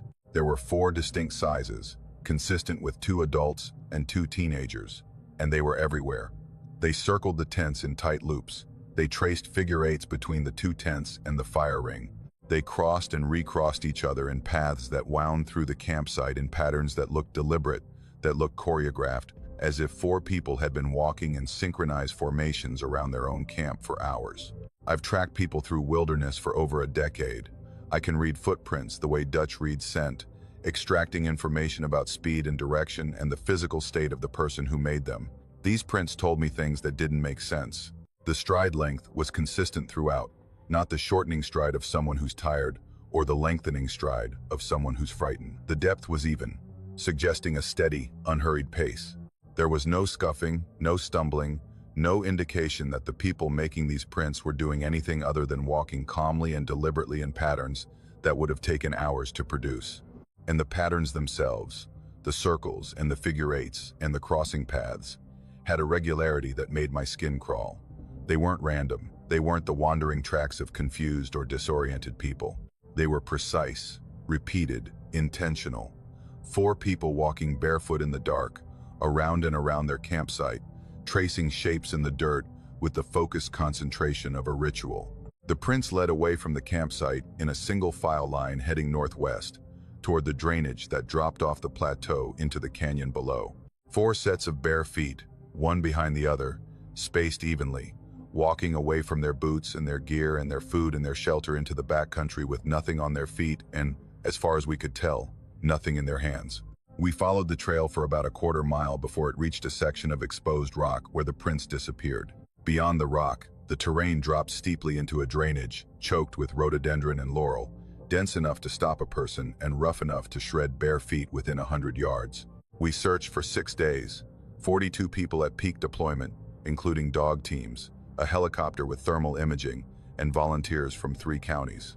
We covered every drainage, every ridge, every square yard of wilderness, within a 5-mile radius of that campsite. We found nothing. No clothing, no tracks beyond the rock shelf, no disturbance in the vegetation, no sign that 4 barefoot people had passed through any of the terrain surrounding the camp. The dogs were useless. They'd pick up scent at the campsite, follow it to the rock shelf, and lose it. Every dog, every handler, same result. The scent trail ended on the rock, as if the Harpers had walked to that point and evaporated. The investigation that followed turned up nothing useful. Craig's trip plan was accurate. Their car was at the Bear Rocks trailhead, locked, undisturbed. Their credit cards showed no activity after the day they'd entered the wilderness. Their phones, recovered from the tents, showed no calls or texts after the first evening, when Melissa had texted her sister a photo of the sunset with the message, "Paradise." The phone batteries were nearly dead. The journal in the kids' tent had entries for 2 days. Normal entries, descriptions of the hike and the scenery and the wildlife they'd seen. The last entry was dated the second evening, written by Sophia in neat handwriting, and it ended with, "Dad says he heard something weird last night, but Mom thinks it was an owl. Going to bed early, tired from hiking. Tomorrow, we explore the creek." That entry, that last line, "Tomorrow we explore the creek," written by a 14-year-old girl who went to sleep in her tent with plans for the next day, and at some point during the night took off her boots and her socks and walked barefoot in circles around her campsite with her family, and then walked away into the wilderness and was never seen. Again, the case is still open. Officially, they're missing persons, which is a designation that allows the file to remain active indefinitely, which means someone somewhere is technically still looking for the Harpers, is still waiting for a phone call or a sighting or a piece of evidence that breaks the case open and provides the explanation that 11 years of search and rescue experience tells me should exist, but doesn't. I go back to Dolly Sod sometimes, not to the campsite, which I couldn't find again without GPS coordinates and don't want to find again even with them, but to the plateau, to the heath barrens and the windswept spruce and the bogs where the mist comes in like something alive. I go because the mountains are still the mountains, still the place I've given my professional life to, and I refuse to let one mystery drive me away from country I love. But I don't camp there anymore. I go in daylight and I come out before dark, and when the fog rolls in I leave, because the fog makes me think of 4 people walking in circles in the dark, and I can't let that thought take hold, because once it does, it doesn't let go. What happened to the Harpers? I don't know. Nobody knows. The footprints say they walked away voluntarily, calmly, without their shoes, in the middle of the night after performing some kind of repetitive synchronized movement around their camp that lasted for hours. The evidence says they chose this, whatever this was. And that's the part that keeps me up. Not the disappearance itself, but the choice, the deliberateness of it, the boots placed neatly outside the tents, the patterns in the dirt, the single file walk into the drainage, and the silence that followed. Something happened at that campsite between the time Sophia wrote her last journal entry and the time the stove fuel ran out. Something that made 4 rational, experienced people take off their shoes and walk into the wilderness and not come back. And whatever it was, it didn't leave a mark on anything except the soft ground around 2 empty tents and a pot that boiled dry on a stove that nobody was watching anymore. I think about Sophia's journal entry every day. Tomorrow we explore the creek. She had plans. She had tomorrow. And then something took tomorrow away from her. Quietly, methodically, in patterns pressed into the dirt by bare feet walking. I've worked as a land surveyor in southwestern Virginia for 9 years, which is long enough to have developed a comfort with solitude that most people would find uncomfortable. The work demands it. You spend days at a time in places that haven't seen a human footprint in years, walking property lines through terrain that's been left to the slow reclamation of the forest, carrying your equipment through hollows and up ridges that the maps show as blank green space with no roads, no structures, no indication that anyone ever lived or worked there. But they did. That's the thing about this part of Virginia, this corner of Appalachia where the coalfields bleed into the mountains, and the mountains hold the evidence of a century of extraction in their scarred slopes and abandoned workings. People were everywhere up here once. They cut the timber and dug the coal and built towns in hollows that are now nothing but foundation stones and chimney stacks, and the occasional piece of rusted equipment so overgrown you'd walk past it without noticing. The land has been taking it all back, slowly, patiently, covering the wounds with new growth, the way skin covers a scar. And my job often puts me in places where that process is still underway, where the human past and the natural present exist in an uneasy overlap that you can feel in the quality of the silence and the way the forest grows differently over disturbed ground. March of 2020, I was surveying a property boundary about 2 miles south of Breaks Interstate Park, working a parcel that a timber company was considering for acquisition. The property was remote, even by my standards, accessible only by a Forest Service road that dead-ended at a turnaround, where the mountain got too steep for vehicles, followed by a 2-mile hike up a drainage to the boundary line I needed to mark. The terrain was typical for the area. Steep, heavily wooded, cut through with small creeks and rock outcroppings, the understory thick with rhododendron and mountain laurel that made cross-country travel a constant negotiation with vegetation that didn't want you there. I was working the southern boundary, shooting points with my GPS and flagging the line with orange ribbon, when I found the mine entrance. It was in the face of a rock outcropping about 30 feet above the creek, partially hidden by a stand of hemlock that had grown up around it in the decades since anyone had last been there. The entrance was a horizontal bore, maybe 5 feet high and 4 feet wide, cut into the sandstone with the rough precision of hand drilling and blasting. The timber frame that had once supported the entrance had partially collapsed, the header beam cracked and sagging, the side posts leaning inward, but the opening was still passable. You could have walked in if you were willing to duck under the broken header, which I was not, because abandoned mines are death traps and I've been trained to stay out of them. But I stood at the entrance and looked in, because you always look in. The bore extended straight into the mountain for as far as my flashlight could reach, maybe 40 or 50 feet of visible tunnel before the beam lost itself in darkness. The walls were rough-cut rock, the floor covered in a layer of debris, fallen stone, rotted timber, the accumulated detritus of 70 years of abandonment. Rails were visible under the debris, the narrow-gauge track that the coal cars had run on, rusted to a dark brown that was almost black. Water seeped from the walls and collected in puddles on the floor, and the air coming out of the shaft was cold, noticeably colder than the March air outside, carrying that mineral smell of wet stone and old earth that mines hold in their interiors like a signature. I was marking the location on my GPS, noting it for the property report as a potential hazard and liability issue, when I heard it. I didn't react immediately, because the sound was so unexpected that my brain needed a moment to categorize it, to run through the possibilities and eliminate the ones that didn't fit. Water dripping, no. Too regular, too metallic. Rock settling, no. Too rhythmic, too sustained. An animal? No, nothing organic about it. It was metal striking metal, and it was coming from inside the mine. I turned off the GPS and stood still and listened. The sound was distant but clear, carried up the shaft by the natural acoustics of the tunnel the way a pipe carries sound across a house. It was a hammering rhythm, a steady measured beat that repeated in a pattern I recognized from historical descriptions of hand mining. Strike, strike, strike, pause, strike, strike, strike, pause. The pattern of a man working a handheld steel drill into rock face, hammering the drill bit deeper with each blow, pausing to turn the bit a quarter rotation, then hammering again. It was the oldest form of hard rock mining, the method they'd used before pneumatic drills, before electricity, when the only tools were a hammer and a steel rod, and the strength of the man swinging them. I knew what I was hearing. I knew it with a certainty that went beyond recognition into something more visceral, a knowledge that settled in my bones the way cold settles in stone. Someone was drilling rock inside that mine. The sound was too specific, too precisely rhythmic, too consistent to be anything else. The metallic ring of hammer on steel, the slight change in pitch as the bit deepened in the hole, the measured pause for rotation, it was a sound that had echoed through these mountains for 100 years.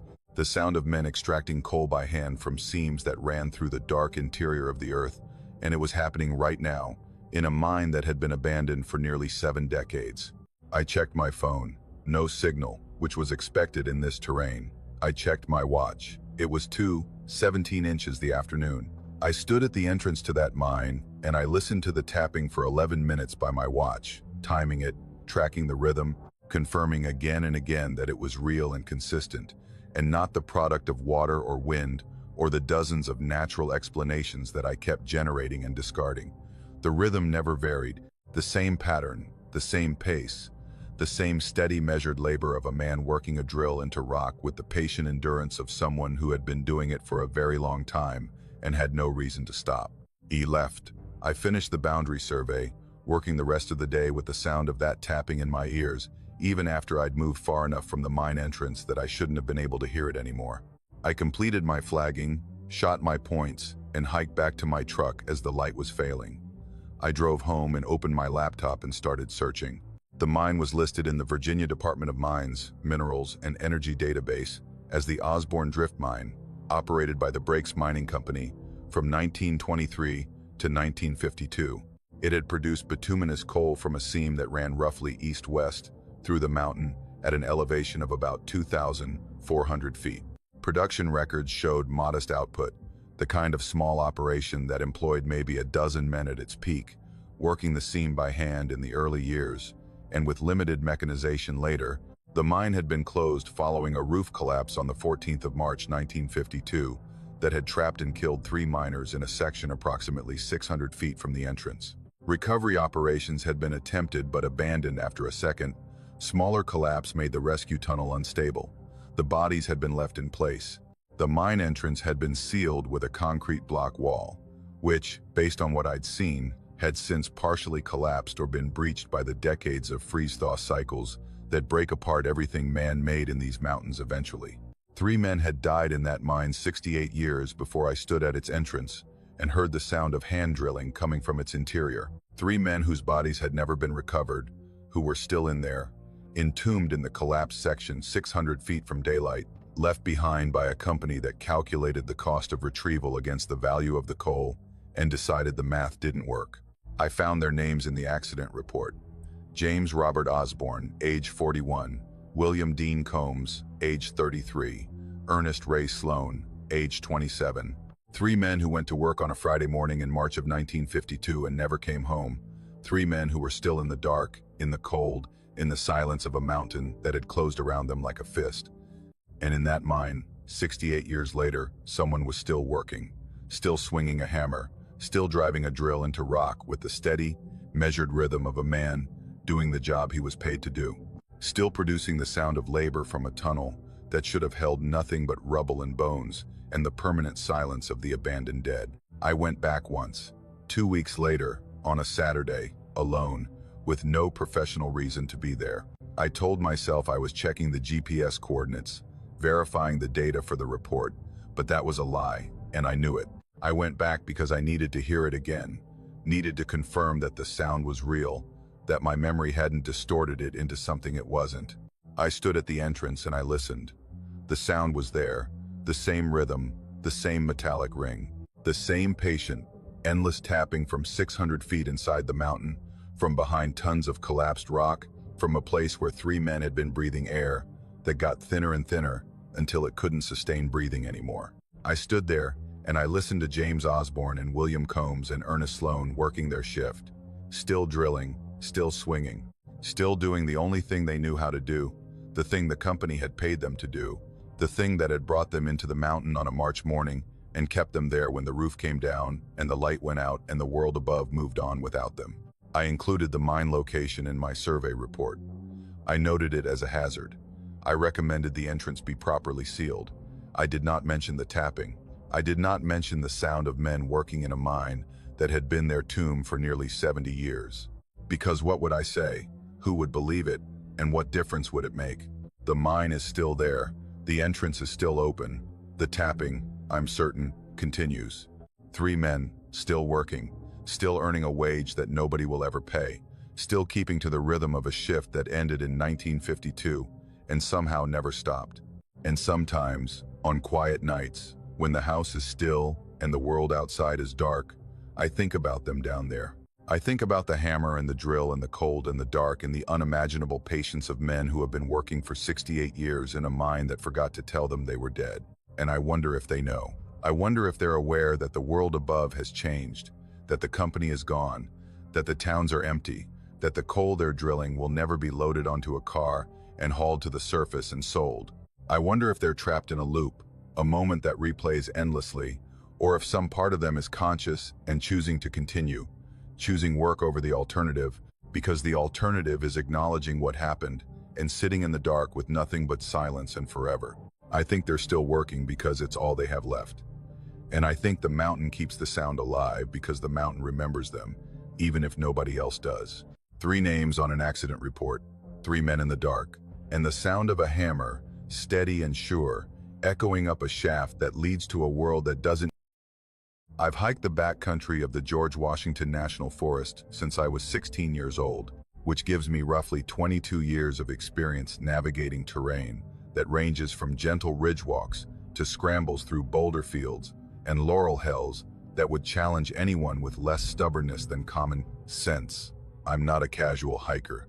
I carry proper maps, I carry a compass, I carry a GPS unit in addition to my phone, and I pay attention to landmarks with the habitual awareness of someone who learned early that the mountains don't care how experienced you are and will punish complacency the same way they punish ignorance. I know how to read terrain. I know how to follow a trail, and I know how to find my way when there is no trail. I'm telling you this because what happened to me in October of 2021 on a 7-mile hike that I'd done at least a dozen times before should not have been possible. It violated everything I understand about navigation, about distance, about the fundamental relationship between walking in a direction and arriving at a destination. And I still don't have an explanation for it, which bothers me more than the experience itself, because I'm the kind of person who needs things to make sense, and this doesn't make sense, and I've accepted that it never will. The trail runs from a parking area off Forest Road 95 to a fire road that intersects Route 250 about 7 miles to the northeast. It's a well-maintained path through mixed hardwood forest, following a ridge for the first 3 miles, dropping into a drainage, crossing a creek, and climbing back up to the fire road through a series of switchbacks. The landmarks are distinct and memorable. About 2 miles in, you pass through a boulder field where house-sized chunks of sandstone sit in the forest like the ruins of something ancient. At 3 miles, a massive hemlock fell across the trail several years ago, and the Forest Service cut a notch in it rather than removing it, creating a distinctive passage that everyone who hikes this trail knows. At 4 miles, you cross the creek on a series of flat stones that someone placed there deliberately, maybe decades ago, creating a natural stepping stone bridge. These are the landmarks I'd used a dozen times to track my progress, and they'd always appeared in the right order, at the right intervals, confirming that I was where I expected to be and moving at the pace I expected to move. I left the parking area at noon on a Saturday. The weather was clear, mid-50s, the fall color near its peak, with the maples blazing orange, and the oaks just beginning to turn. Perfect hiking weather, the kind of day that draws you into the woods with the promise of beauty and the assurance of comfort. I was carrying a day pack with water, food, a rain layer, and my navigation gear. I planned to be at the fire road by 2:30, at my shuttle car by 3, and home by 5. Simple, routine. The kind of hike I could do in my sleep. The first 2 miles were normal. I walked at my usual pace, about 3 miles an hour on moderate terrain, and reached the boulder field right on schedule. I picked my way through the massive stones, ducked under the overhanging slab that always made me think of a doorway, and continued along the ridge. At 45 minutes, I reached the downed hemlock with its cut notch and stepped through, checking the time and confirming I was on pace. Everything was exactly as it should have been.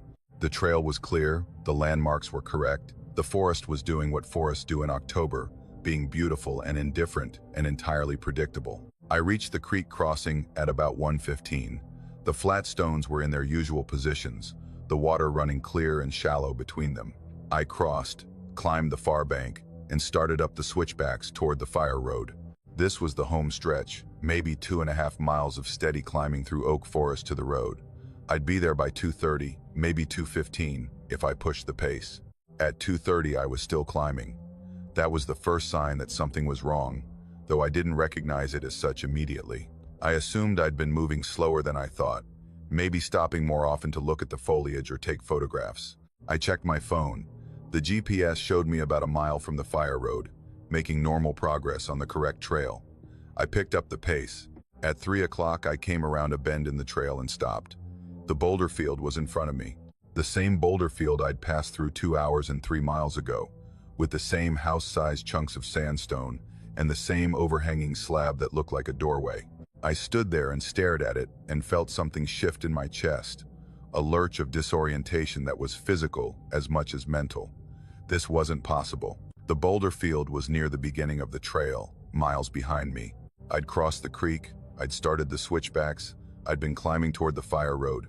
I could not be back at the boulder field. It was geographically, physically, mathematically impossible. I checked my GPS. It showed me a mile from the fire road, exactly where it had shown me 30 minutes earlier. According to my phone, I was making steady progress northeast along the correct trail. According to my eyes, I was standing in front of landmarks I'd passed 2 hours ago. I walked through the boulder field. I told myself there must be a second one, that I'd somehow failed to notice a similar rock formation further along the trail in all my previous hikes. I walked through it and continued, and 20 minutes later, I reached the downed hemlock with its cut notch. The same hemlock. I knew it was the same one because I'd carved my initials into the cut face years ago. A small mark I made on my first hike here, and there they were, exactly where I'd put them. I was back at mile 3. I had been walking forward on a trail I knew for 3 hours, and I was further from my destination than when I'd started. I sat down on the hemlock and drank some water and tried to think rationally. Somehow I'd gotten turned around. Somehow, despite following a marked trail with clear blazes, I'd reversed direction without realizing it and walked back toward the trailhead. It was the only explanation that fit inside the laws of physics I understood. I must have made a wrong turn at the creek crossing, must have climbed back up the wrong side of the drainage, must have retraced my steps in a moment of inattention. It was embarrassing, but explicable. I stood up and started walking again, this time paying obsessive attention to the trail blazes, confirming each one, making sure I was moving in the correct direction. Northeast, toward the fire road. The blazes confirmed it. I was on trail, heading the right way, making the progress my GPS said I was making. 40 minutes later, I crossed the creek on the flat stepping stones. 30 minutes after that, I was back at the boulder field. The panic arrived quietly, not as a surge, but as a slow flooding, like water rising in a basement. I was looping. The trail was delivering me through the same landmarks in the same order at the same intervals, and no matter which direction I walked or how carefully I followed the blazes, I ended up back at the beginning of the same stretch of forest. Boulder field, hemlock, creek, switchbacks that led not to the fire road but back to the boulder field, a closed circuit, a treadmill of terrain that recycled itself with the mechanical precision of a track on a loop, and I was the only moving part. It was 4:30 now. The light was changing, the shadows lengthening, the forest transitioning from the bright openness of afternoon to the muted blue-gray of approaching dusk. I'd been walking for 4.5 hours on a hike that should have taken 2, and I was no closer to the fire road than I'd been at noon. My phone still showed me almost there. My phone was lying. I tried leaving the trail. I picked a bearing due east on my compass and walked straight into the forest, off trail, pushing through underbrush, climbing over fallen logs, descending into a small ravine, and climbing out the other side. I walked by compass for 30 minutes through trackless forest and emerged onto the trail at the downed hemlock.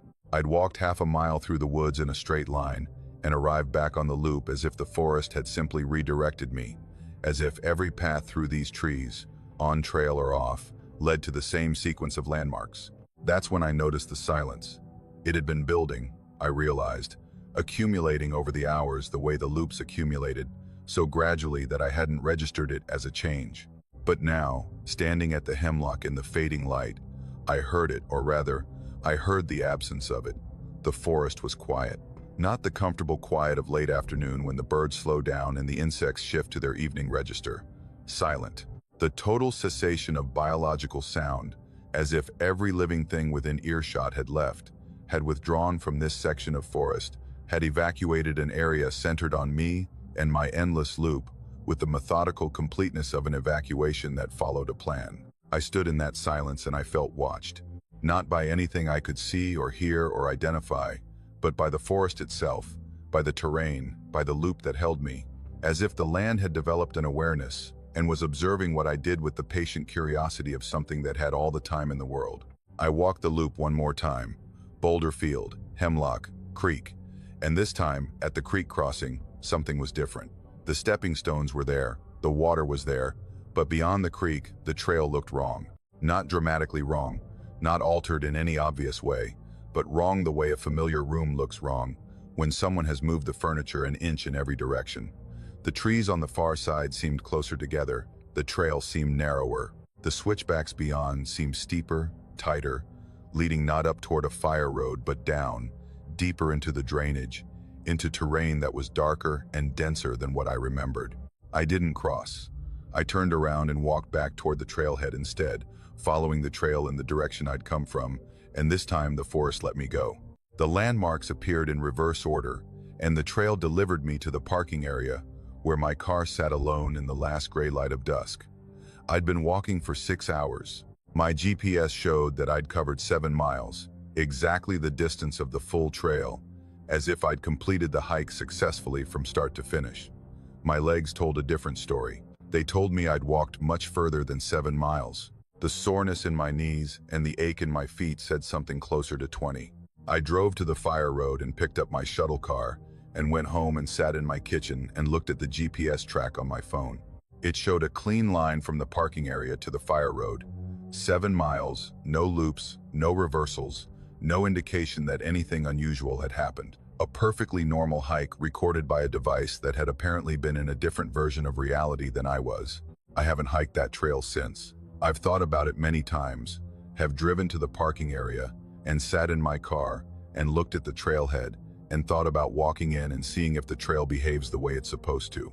But I haven't done it because I remember the silence. I remember the way the forest emptied itself around me as I walked my loops, the way every living thing withdrew until I was alone, in a way that went beyond solitude into something more fundamental, more deliberate, more aware. And I remember the creek crossing on that last loop, the way the trail beyond it looked wrong, the way it seemed to be offering me a new direction, not toward the fire road, but toward somewhere else, somewhere deeper, somewhere the forest wanted me to go. I think that's what the loops were for, not to trap me, but to tire me, to disorient me, to erode my judgment until I was exhausted enough and confused enough to take the path that was being offered, to cross the creek one more time and follow the trail down instead of up, into the darker and denser terrain that waited on the other side. I think the forest was patient. I think it would have let me loop all night if necessary, slowly clearing the area of every other living thing, slowly increasing the silence, slowly reshaping the trail beyond the creek, until I was too tired to notice the changes and too lost to care. And I think if I'd crossed that creek one more time, I wouldn't have come back. I think the trail would have taken me somewhere that doesn't appear on any map, to a place where the loops don't end, because there's no trailhead to return to. Where the forest closes behind you, the way a door closes behind someone entering a room they're not meant to leave. I chose to turn around. That's the only thing that saved me. I chose to go backward when every instinct and every blaze and every reading on my GPS was telling me to go forward. I chose wrong according to every instrument I had. My girlfriend Erin and I had been together about 2 years when we booked the cabin. We were both the kind of people who recharge through isolation rather than socializing, and the listing had appealed to us specifically because of what it promised to lack. No neighbors, no cell service, no noise except what the forest provided. The photos showed a small log cabin with a stone chimney, a covered porch facing south, and a clearing surrounded by old-growth hardwood that looked like it hadn't been logged in a century. The listing described it as a restored homestead, originally built in the 1930s by a family that had farmed the hollow before the National Forest absorbed the land. The owners had updated it with basic amenities: running water from a spring, a propane refrigerator, oil lamps for light, but had kept the character intact. No electricity, no Wi-Fi. The nearest paved road was 7 miles down a gravel track that the listing warned could be challenging in wet weather. We booked it for the weekend before Thanksgiving, 4 nights, and drove down from Asheville on a Thursday afternoon with the car packed full of groceries and books and the quiet anticipation of 4 days with nothing to do and nowhere to be. The drive took longer than expected. The gravel road that accessed the property was worse than the listing had suggested, not just unpaved but barely maintained, a single lane of packed dirt and loose stone that climbed through a series of switchbacks before dropping into the hollow where the cabin sat. The last 2 miles were essentially a creek bed, the road following the drainage so closely that in places we were driving through standing water. By the time we reached the clearing, it was late afternoon, the November sun already behind the ridge to the west, the hollow filling with the blue-gray shadow that precedes full dark in the mountains by about 30 minutes. The cabin looked exactly like the photos. That's the first thing I noted, and it mattered because I'd been burned before by rental listings that showed one thing and delivered another. But this was accurate: the same log walls, the same stone chimney, the same covered porch with 2 rocking chairs that faced the clearing. The clearing itself was maybe half an acre, ringed by hardwood forest, the trees big enough to suggest they'd been standing since before the cabin was built. It was quiet, deeply, thoroughly quiet, the kind of silence that you feel as a physical presence, a weight that settles on your shoulders and presses against your ears. I grabbed the first load of groceries and walked to the porch, while Erin got the cooler from the back seat. The steps were solid under my feet, the porch boards tight and well-maintained. The door was to my right, a heavy plank door with iron hinges and a simple latch. And it was open. Not wide open, but ajar, the latch not engaged, the door pushed inward maybe 3 inches, enough that I could see a sliver of the dim interior through the gap. I set the groceries down and pushed the door the rest of the way open and stepped inside, expecting to find the stale, cold air of a cabin that had been shut up between guests. What I found instead was warmth. The main room was small, maybe 15 by 20 feet, with the wood stove against the far wall, a kitchen area to the left with a counter and a propane stove and open shelving, and a sitting area to the right, with a couple of worn armchairs and a rag rug on the plank floor. A ladder in the corner led to a sleeping loft. The wood stove was a cast iron box style, and I could feel its heat from across the room, not intense but present, the radiating warmth of iron that had been heated within the last few hours and was slowly cooling. I walked to it and held my hand near the surface. Warm. Not hot enough to burn, but warm enough to confirm that a fire had been burning in it recently, probably within the last 2 to 3 hours based on the rate at which cast iron loses heat. I opened the firebox door. Inside were ashes, gray and white, with a few chunks of charred wood that still held their shape. The coals were dead, but the ash bed was warm to the back of my hand when I held it close. Someone had built a fire in this stove, a real fire with split wood, and had let it burn down, and the cabin was still holding the heat. I turned to the kitchen table. It was a simple plank table with 2 chairs, positioned under a window that looked out at the tree line. One of the chairs was pulled out from the table, angled slightly, the way a chair looks when someone has pushed it back to stand up. And on the table, in front of that chair, sat a mug. I picked it up. Coffee. Not hot, not even warm, but liquid, the surface undisturbed, no mold, no film. Coffee that had been poured and partially drunk, and left there by someone who hadn't finished it. Erin came in behind me with the cooler and stopped in the doorway. "It's warm in here," she said, and I could hear the question in her voice, the same confusion I was feeling. "Someone was here," I said, "recently." I climbed the ladder to the loft. The sleeping area was a simple platform with a mattress covered in quilts, the kind of handmade patchwork that you find in mountain cabins throughout the southern Appalachians. The bed was unmade. The sheets were pulled back on the left side, folded over at an angle that looked natural, undeliberate, the way bedding looks when someone has simply gotten up and not bothered to make the bed. The pillow on that side bore the impression of a head, a shallow oval depression in the center, where someone's skull had rested, and I stood there looking at it with a feeling that was not yet fear, but was moving in that direction. A slow, creeping awareness that we were not the first people in this cabin today. I climbed back down and checked the rest of the room more carefully. On the kitchen counter near the sink sat a plate with crumbs on it, the remains of bread or toast. A knife with a trace of butter on the blade lay beside it. In the sink, a glass with a water ring at the bottom. By the wood stove, on the floor, a pair of wool socks, balled up and discarded, as if someone had pulled them off while sitting in the armchair and dropped them. The socks were dry, but they smelled worn, carrying the faint scent of a body that had been wearing them. Everything in the cabin told the story of a person in the middle of an ordinary morning. Someone who had woken up, made coffee, eaten toast, sat by the fire, pulled off their socks. Someone who had been living here, comfortably, recently, with the ease of a person in their own home. I went back outside and stood on the porch and looked at the ground. The clearing around the cabin was soft earth, covered in a thin layer of fallen leaves that had been compressed by recent rain into a surface that held prints well. I could see our footprints clearly, my boots and Erin's, leading from the car to the porch in a straight line. I could see the tire tracks from our car, and that was all. No other footprints, no other tire tracks. No indication that any other person had walked across that clearing in any direction since the last rain, which, based on the moisture content of the ground, had been within the last 24 hours. Whoever had been in that cabin had not walked out the front door, had not walked across the clearing to a car or a path or the gravel road, had not left any mark on the soft ground outside that would indicate their departure by any route I could see. I walked the perimeter of the cabin. The back wall had no door, just two small windows, both latched from the inside. The sides had one window each, also latched. The only entrance was the front door, the one that had been standing ajar when we arrived. I checked the ground beneath every window. Undisturbed leaves, no prints, no scuff marks, no indication that anyone had climbed in or out. Erin was standing in the doorway watching me. "Should we call someone?" she asked. I checked my phone. No signal, as expected. "There's no one to call," I said. "And we're 3 hours from home, and it's getting dark." We stayed. I know how that sounds, and I've questioned the decision many times since. But the cabin was exactly what we'd booked. The door showed no signs of forced entry, nothing was damaged or vandalized, and the practical reality was that we had nowhere else to go.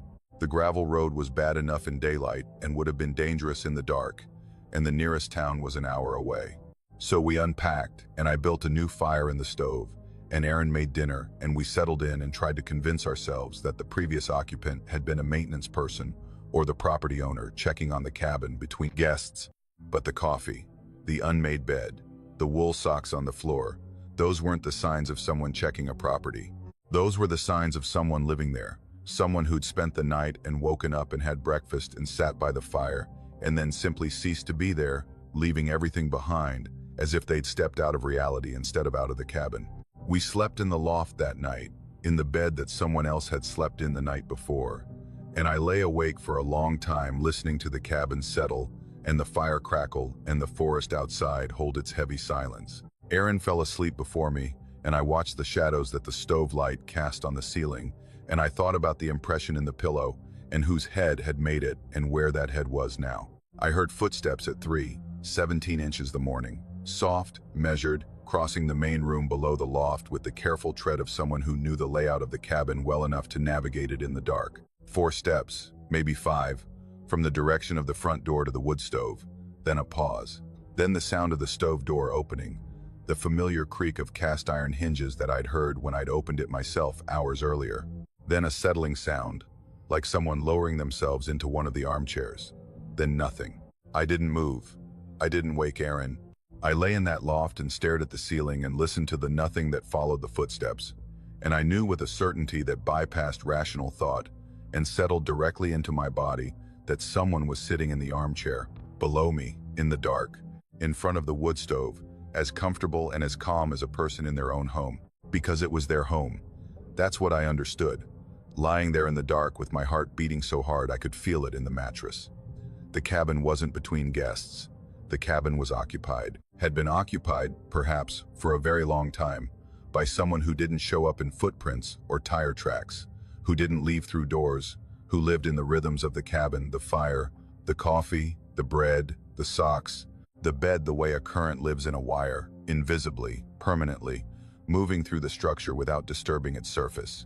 We left at first light, packed in 15 minutes, threw everything in the car, drove that terrible gravel road in silence with the heater blasting and the morning fog pressing against the windshield. I looked back once, in the rearview mirror, as the cabin disappeared behind the trees. The front door was closed. I'd left it open. I contacted the rental company when we got back to Asheville. I described what we'd found, the warm stove, the coffee, the unmade bed. The woman on the phone was quiet for a moment and then said, in a tone that was careful and practiced, that the cabin had been unoccupied for 2 weeks before our booking. No maintenance visits, no owner checks. She said sometimes previous guests left things behind, that the cleaning service might have missed some items. She offered a partial refund. She didn't explain the warm stove. She didn't explain the coffee that was still liquid. She didn't explain the footprints that didn't exist or the footsteps that I heard crossing the cabin floor at 3 in the morning. She didn't explain those things because they can't be explained, because whatever is living in that cabin at the head of that hollow in the Nantahala doesn't fit inside an explanation that a rental company can offer. I check the listing sometimes. It's still active, still showing the same photos, the same description, the same promise of isolation and quiet. The reviews are mostly positive, but every few months there's one that mentions something odd. A warm stove, a mug on the table, an impression in the pillow. The reviewers describe it the way I would have described it before that night, curiously, without alarm, as a small mystery easily dismissed. None of them mention the footsteps. I wonder if they heard them and chose not to mention it, or if the footsteps were only for us, or if whoever lives in that cabin only walks when they know you're listening, only moves through the room when someone is lying in their bed, in their loft, in the place they've been sleeping and waking. I work for the Virginia Department of Environmental Quality, which is a title that sounds more impressive than the job usually is. Most of what I do involves driving to remote locations throughout the western part of the state, checking water quality monitoring stations that are installed along streams and rivers in the national forests, downloading data, replacing batteries, making sure the equipment is functioning. It's solitary work that puts me on roads most people don't know exist, at hours most people would consider unreasonable, in terrain that is beautiful during the day and something else entirely after dark. I've been doing it for 6 years, and I've developed a particular relationship with the George Washington National Forest that comes from spending hundreds of hours alone in its interior, driving its roads, walking its drainages, learning its moods. Because the forest has moods. That's not poetry or metaphor. Anyone who spends enough time in a large wilderness will tell you that the character of a place changes, not just with the seasons or the weather, but with something less measurable, some quality of atmosphere that shifts from day to day and sometimes from hour to hour, as if the forest itself has states of mind that it moves through the way a person moves through emotions. Most days, the George Washington feels neutral, indifferent, a vast organism going about its business without regard for the small human moving through its margins. Some days it feels welcoming, and some days, on some roads, at some hours, it feels like something that knows you're there and has opinions about your presence. The night I'm talking about was in October of 2021. I'd spent the afternoon checking stations along a tributary of the Cowpasture River, a drainage that runs through one of the more remote sections of the forest in Bath County. The work had taken longer than expected because one of the stations had been damaged by a fallen tree, and I'd had to do field repairs that ate up the remaining daylight. By the time I'd packed my equipment and gotten back to the truck, it was past 7 and fully dark. The kind of darkness that you only get in a mountain valley, where the ridges block the horizon in every direction, and the canopy overhead blocks the sky, and the nearest artificial light is miles away. I had maybe 40 minutes of driving ahead of me on a Forest Service road that would eventually connect to the state highway near Warm Springs. 40 minutes of single-lane gravel through a valley that was, at that hour, as dark and empty as any place I'd ever been. I started driving. The road was typical Forest Service construction, a narrow gravel track graded for maintenance vehicles, with pull-offs every quarter mile or so where oncoming traffic could pass. The surface was rough but manageable at 15 miles an hour, which was my usual pace on these roads at night. The headlights created a tunnel of illumination that extended maybe 40 feet ahead, beyond which everything was black. The trees pressed close on both sides, hardwoods mostly, their bare October branches creating a lattice overhead that occasionally opened to show a sliver of sky before closing again. I had the radio off because the reception in these valleys was non-existent, and the only sounds were the engine and the tires on gravel and the occasional scrape of a branch against the side mirror. I'd been driving for about 10 minutes when I saw the movement. It was in my peripheral vision, on the left side of the road, in the strip of forest between the road edge and the darkness beyond. A shape, dark against the dark, moving parallel to the truck. My first thought was deer. October in the George Washington, deer are everywhere, and seeing one moving along the tree line was completely ordinary. But even as the thought formed, I knew it was wrong, because the movement was wrong. A deer moves with a particular gait, the careful, high-stepping walk, the bouncing trot, the explosive burst of a startled run. This was none of those. This was fluid, continuous, a smooth forward motion that had no visible stride pattern, no up and down bounce, no rhythm that I could associate with any four-legged animal.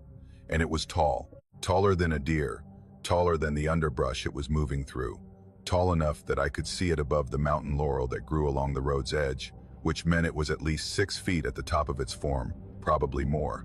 I focused on the road and told myself it was a shadow, a trick of the headlights, the kind of optical illusion that the brain creates when you're tired and driving in the dark, and the world outside your windshield is a moving wall of shapes that your visual cortex is struggling to interpret. I told myself this and I drove for another 30 seconds, and then I looked again and it was still there. It was keeping pace with the truck exactly, not approximately, not roughly exactly. Moving at precisely 15 miles an hour through forest terrain that should have made that pace impossible, gliding between trunks and through underbrush with a fluidity that suggested the obstacles weren't obstacles at all, that the trees and the laurel and the rocks on the forest floor were no more impediment to this thing than air. I could see it in fragments as it passed between the trunks, catching the edge of my headlight beam for a fraction of a second before disappearing behind the next tree and reappearing in the gap beyond.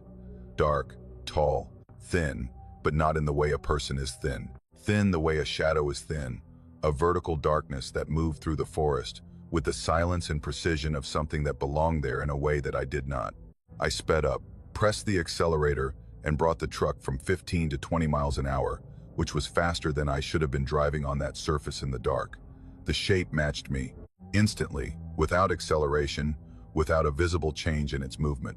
One moment it was keeping pace at 15, the next it was keeping pace at 20, as if speed were a setting it could adjust rather than a physical constraint it had to work against. I pushed to 25. The truck was bouncing on the rough gravel now, the suspension complaining, and I was gripping the wheel with both hands and dividing my attention between the road ahead and the shape in my peripheral vision. It matched me at 25. Same distance, same position, same fluid, impossible movement through terrain that should have slowed it down and didn't. I took my foot off the gas and let the truck coast, slowing gradually. 20, 15, 10. The shape slowed with me, maintaining its position with a precision that was mechanical in its perfection, as if an invisible rod connected it to my truck, and whatever I did, whatever speed I chose, it would be there, 20 feet to my left, moving through the trees with that terrible silent fluidity. I drove. There was nothing else to do. The road was the only way out of the valley, and stopping felt wrong in a way I couldn't articulate but felt absolutely in my body. A deep mammalian certainty that stopping the truck would change the nature of what was happening, would shift the dynamic from escort to encounter, and that encounter was something I did not want. So I drove, both hands on the wheel, eyes mostly on the road, allowing myself only brief glances to the left, where the shape continued its parallel course through the dark forest. 7 miles. I know this because I checked the odometer when it started and checked it again when it stopped. and the distance between those two readings was 7.2 miles. 7 miles of gravel road through a dark valley with something walking beside my truck in the trees, matching every change in speed without effort, maintaining its distance without variation, accompanying me through territory that it apparently considered its domain with the quiet authority of a landowner walking a visitor to the gate. I began to notice things during those 7 miles that I might not have noticed if my senses hadn't been sharpened to a degree I'd never experienced before. The forest was silent, not quiet silent, the total absence of sound that I'd come to associate with something wrong in the woods, something that made every living thing in the area go still and hold its breath. No owl, no coyote, no rustle of small animals in the leaf litter, just the engine and the gravel and the silence and the shape. I also noticed that my headlights seemed dimmer, not failing, not flickering, but reduced, as if the beams were being absorbed by the darkness rather than pushing through it. The tunnel of light that normally extended 40 feet ahead had shrunk to maybe 25, and the quality of the light had changed, becoming yellower, warmer, as if the bulbs were being starved of current. I checked the dashboard, all gauges normal. Battery, alternator, everything reading where it should. But the light was diminished, and the darkness that pressed in from both sides felt thicker, denser, more present than darkness usually feels. At the 7-mile mark, the road crossed a small bridge over a creek, and on the far side, the valley widened slightly, the ridges pulling back, the canopy opening enough to show a strip of sky with actual stars. And the shape was gone. Not gradually, not receding into the distance, not falling behind as the terrain changed. Just gone, between one glance and the next, absent from the tree line as completely as if it had never been there. The forest was still silent for another minute or so, and then, slowly, the normal sounds returned: a distant owl, the creek below the bridge, the small, restless noises of a living forest, resuming its business after a held breath. I drove the remaining 20 minutes to the state highway without stopping. When I reached the pavement and the first distant lights of Warm Springs appeared through the trees, I pulled over and sat in the truck for a long time with the engine running and my hands shaking and the heater blasting air that couldn't seem to reach the cold that had settled inside me. I've driven that road since. The job requires it. The monitoring stations need servicing and the data needs collecting, and the forest doesn't care about my comfort or my fear. I've driven it in daylight and I've driven it after dark, and I've never seen the shape again. But I've felt it. On certain nights, on certain stretches, I've felt the quality of the darkness change, felt the silence settle in, felt the headlights dim almost imperceptibly, and I've known that something was there in the trees, pacing me, watching, deciding whether to show itself or simply observe.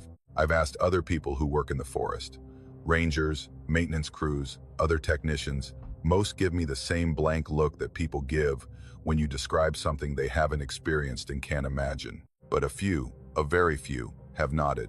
One ranger, a woman who'd worked the Bath County District for 18 years, listened to my description and then said, very quietly, that the valley I was describing had a reputation.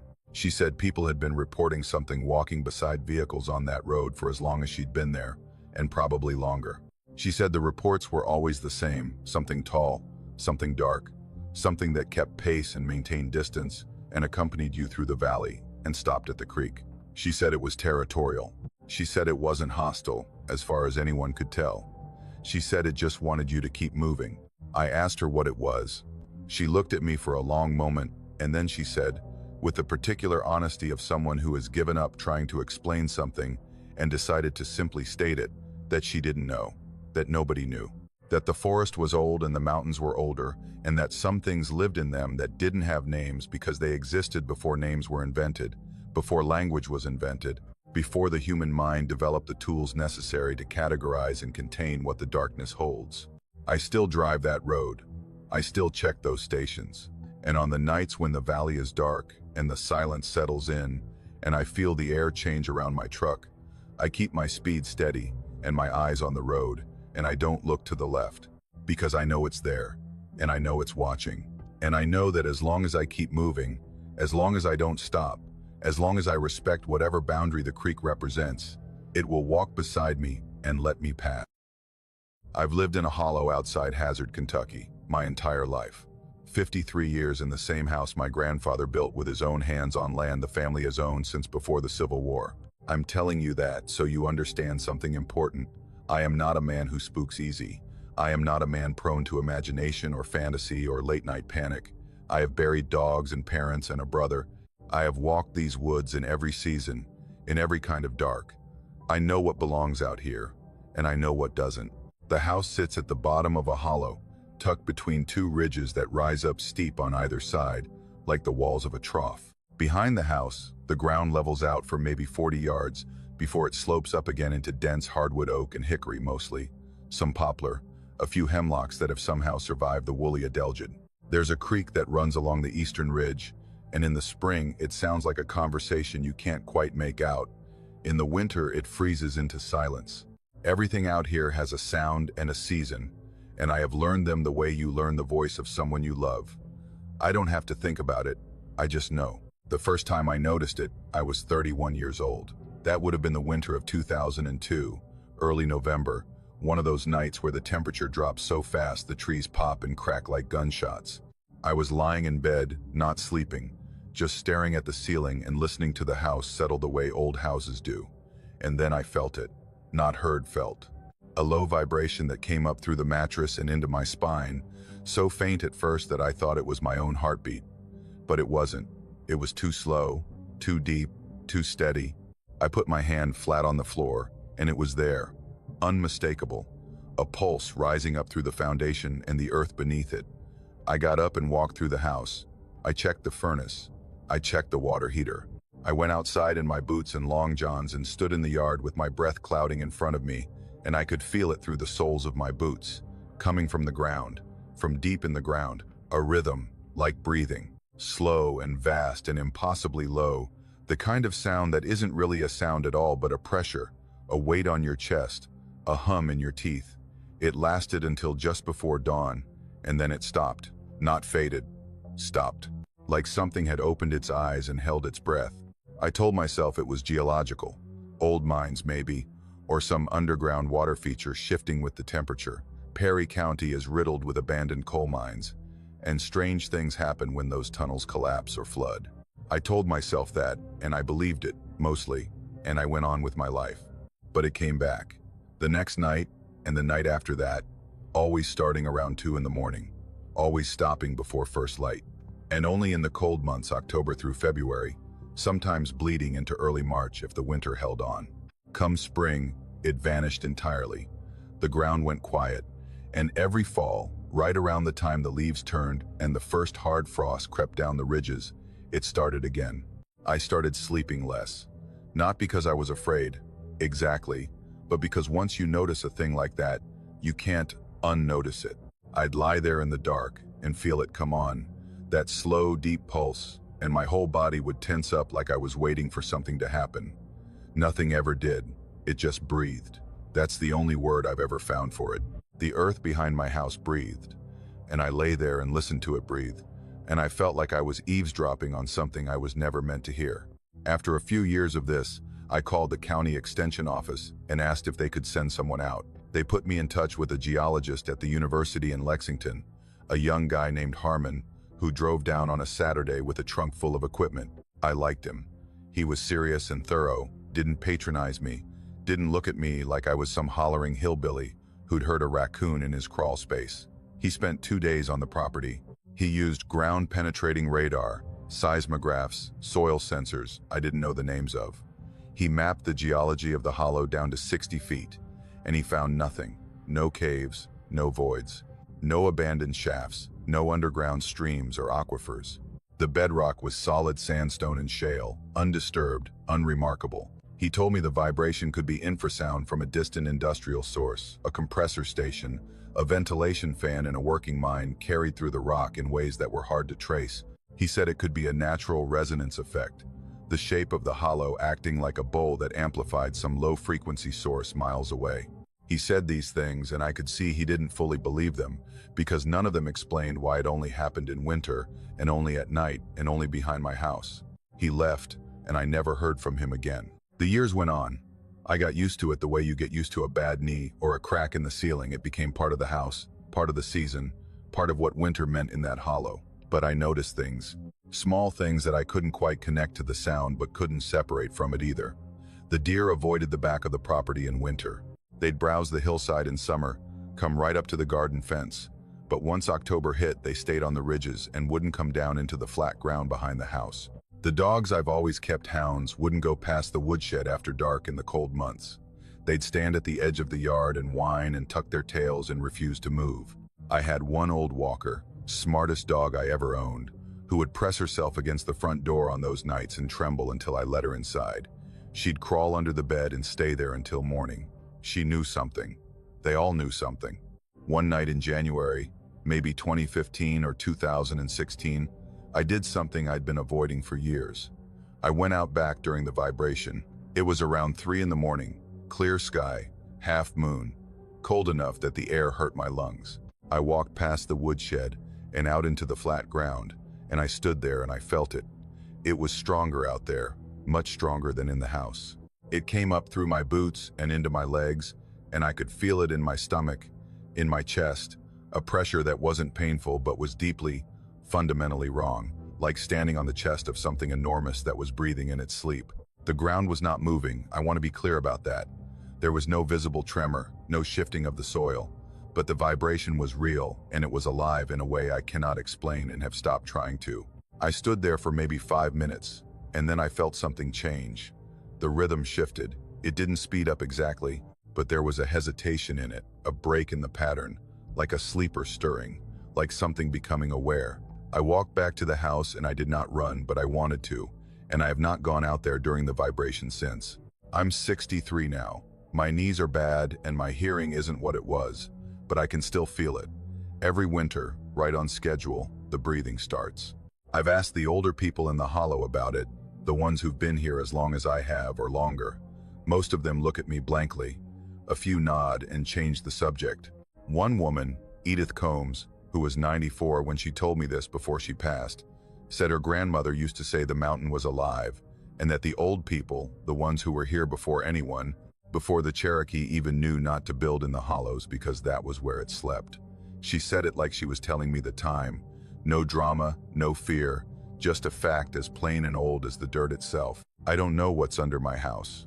I don't know what's under this hollow. I've stopped asking because asking implies that an answer exists, that there's some explanation waiting to be found, some rational process that accounts for a sound that comes from solid rock every winter like clockwork, and feels like the respiration of something so large and so deep that the word creature doesn't begin to cover it. I don't think there is an answer. I think there are just things in these mountains that are older than answers, older than questions, older than the language we'd use to describe them, and they don't care that we're here. They don't even know. We built our houses on top of something that was sleeping long before we arrived, and it will go on sleeping long after we're gone, and on certain winter nights, its breath rises through the stone and the soil and the floorboards, and the dogs tremble, and the deer stay on the ridges, and I lie in my bed and feel the slow, vast pulse of something I will never understand moving beneath me in the dark. I don't tell people about it anymore. There's nothing to tell, really. Just a sound that isn't a sound, just a feeling that doesn't belong to anything. Just the earth, breathing, in a hollow outside Hazard, Kentucky, the way it has been breathing since long before my grandfather built this. There's an old county road in Pendleton County, West Virginia, that I'd been meaning to walk for the better part of 2 years before I finally did it. I'm a local historian, not professionally, not in any way that pays, but in the way that certain people in rural places become the keepers of what happened, and where, and to whom. I'd been working on a project for the County Historical Society, documenting settlements that had been abandoned in the 20th century, places where people had lived and worshipped and buried their dead, and then, for one reason or another, left. There were more of them than you'd think. Whole communities that just emptied out between the Depression and the end of the century, swallowed back up by the forest, until there was nothing left but foundations and chimney stones and the occasional family cemetery with its iron fence rusting into the hillside. The settlement at the crossroads, 3 churches, and a scattering of homes that had once served the families farming the bottomland along the creek was one of the last on my list, and I'd been putting it off. Not for any reason I could name. I just kept finding excuses not to go. I finally drove out there on a Saturday in late October of 2021. The weather was cool and overcast. the kind of gray autumn day where the clouds sit right on top of the ridges and the color bleeds out of everything. I parked my truck at the gap where the old road splits off from the maintained highway, pulled on my boots, grabbed my camera and a notebook, and started walking. The road was in worse shape than I expected. It hadn't been maintained in nearly 30 years by that point, and the mountains had been taking it back with the slow patience that mountains have. The pavement was buckled and split, heaved up in plates by decades of frost, and in places the trees had pushed right through saplings first, then proper trees, their roots cracking the asphalt like it was nothing. The shoulder on the creek side had slumped away in long muddy scallops, and in a few spots the road was barely wider than a footpath. It was quiet. Not silent, there were birds, and the creek was running but quiet in the way that places get when no one has been in them for a long time. A settled quiet, a quiet that has weight. I walked for maybe 20 minutes before I noticed the footprints. The road dipped through a low spot where a seep came down off the ridge and spread across the pavement in a shallow tongue of mud. It wasn't deep, maybe half an inch, but it was soft enough to take an impression, and there in the middle of it were boot prints. Clear, sharp-edged, fresh. The mud hadn't begun to slump back into them. The edges hadn't softened or dried. Someone had walked through that seep within the last few hours, maybe less. The prints were heading in the same direction I was toward the crossroads. A man's boots, judging by the size, with a heavy lug sole. Deliberate steps, evenly spaced, right down the center of the road. I stood there and looked at them for a while, and felt something I want to be honest about, because it matters to the rest of what I'm going to tell you. I felt uneasy, not afraid, not yet, but unsettled in a way that didn't match the situation. Someone else had walked this road, that was all. A hunter maybe, or another curious local, or a hiker who'd wandered off a trail.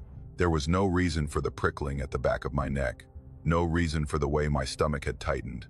But the feeling was there, and I've learned over the years to pay attention to feelings like that, even when I can't justify them, especially when I can't justify them. I kept walking. The road climbed a little, and then leveled out along the side of the ridge, and wherever there was mud or soft ground, the prints were there, always ahead of me, always fresh, always that same steady, even stride. I started paying closer attention to them, the way you do when something has gotten under your skin and you can't let it go. The spacing never changed, not on the uphill sections, not on the downhill, not where the road narrowed and the footing got tricky. Most people shorten their stride going uphill. Most people adjust when the terrain changes. These prints didn't. They marched forward with a regularity that was almost mechanical, as if whoever was making them wasn't reacting to the road at all, just moving through it. I told myself I was overthinking it. I told myself a lot of things on that walk. About a mile in, I started calling out.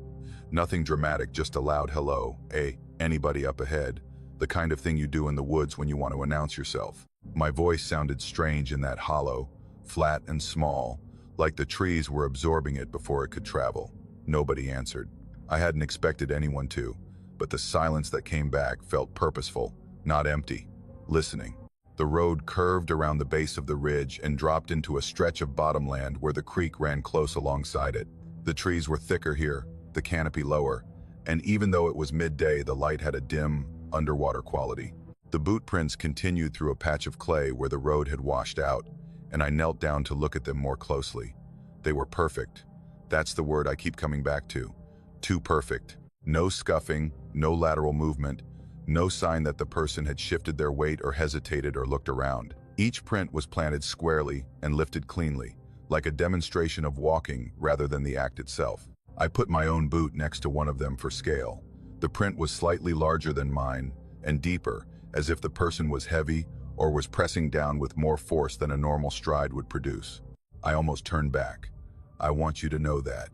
I crouched there in the mud beside that unnervingly precise footprint, and I thought about walking back to my truck and driving home and never thinking about any of this again. But I was less than a mile from the crossroads by then, and I'd come all this way, and the rational part of my mind, the historian's mind, the part that deals in documents and dates and verifiable facts, was embarrassed by the fear. So I stood up and kept going. The last half mile was the worst. The road narrowed to almost nothing, choked on both sides by rhododendron so dense it formed a tunnel, and the light dropped to a greenish gray that made my watch hard to read. The creek was louder here, close enough to hear individual rocks in the current, and something about the sound of it bothered me, some irregularity I couldn't identify, some pattern in the water noise that didn't match what water is supposed to do. The boot prints were everywhere now, in every patch of soft ground, steady and relentless, and always ahead of me. I was walking fast, almost jogging, and I couldn't close the distance. I never saw the person.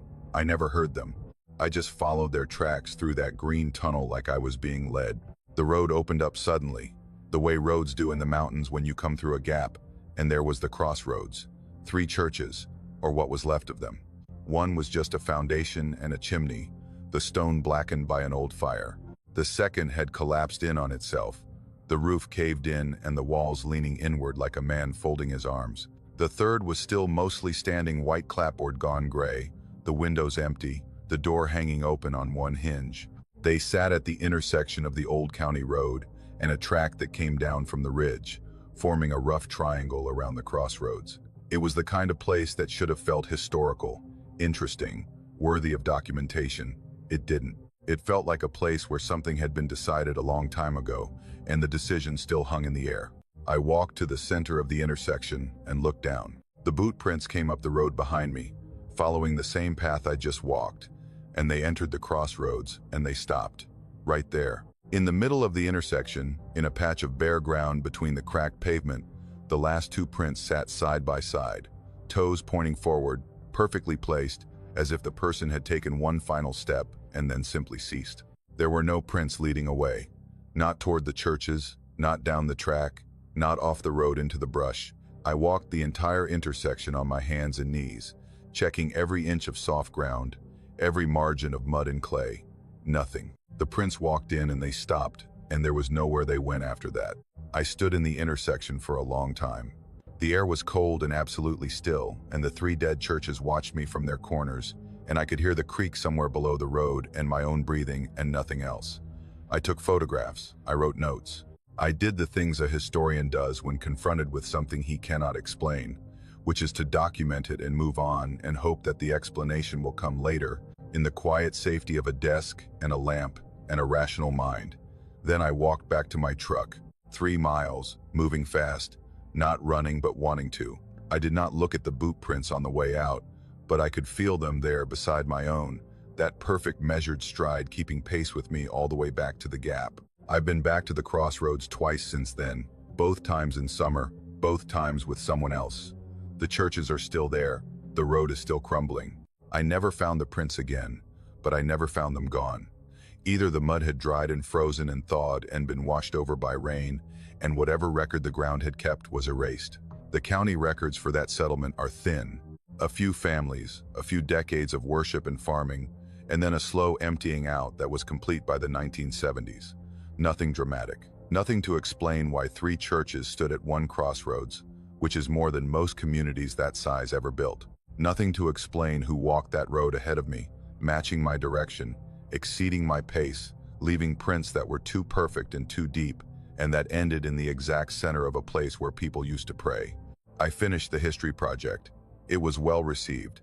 I did not include the crossroads settlement in the final report. When people ask me why, I tell them the research was inconclusive, that there wasn't enough material to justify a full entry. That's true, as far as it goes. What I don't tell them is that some nights I lie awake and think about those footprints ending in the middle of that intersection, and I think about the word ending, and how it can mean the place where something stops, or the place where something is completed, and I'm not sure which kind of ending I found out there. I'm not sure I want to know. I'm not sure knowing is something that's available to me, or to anyone, or that it ever was. Some roads go places you can follow. Some roads go places that only exist for the person walking them. And some roads, the old ones, the ones the mountains are swallowing back,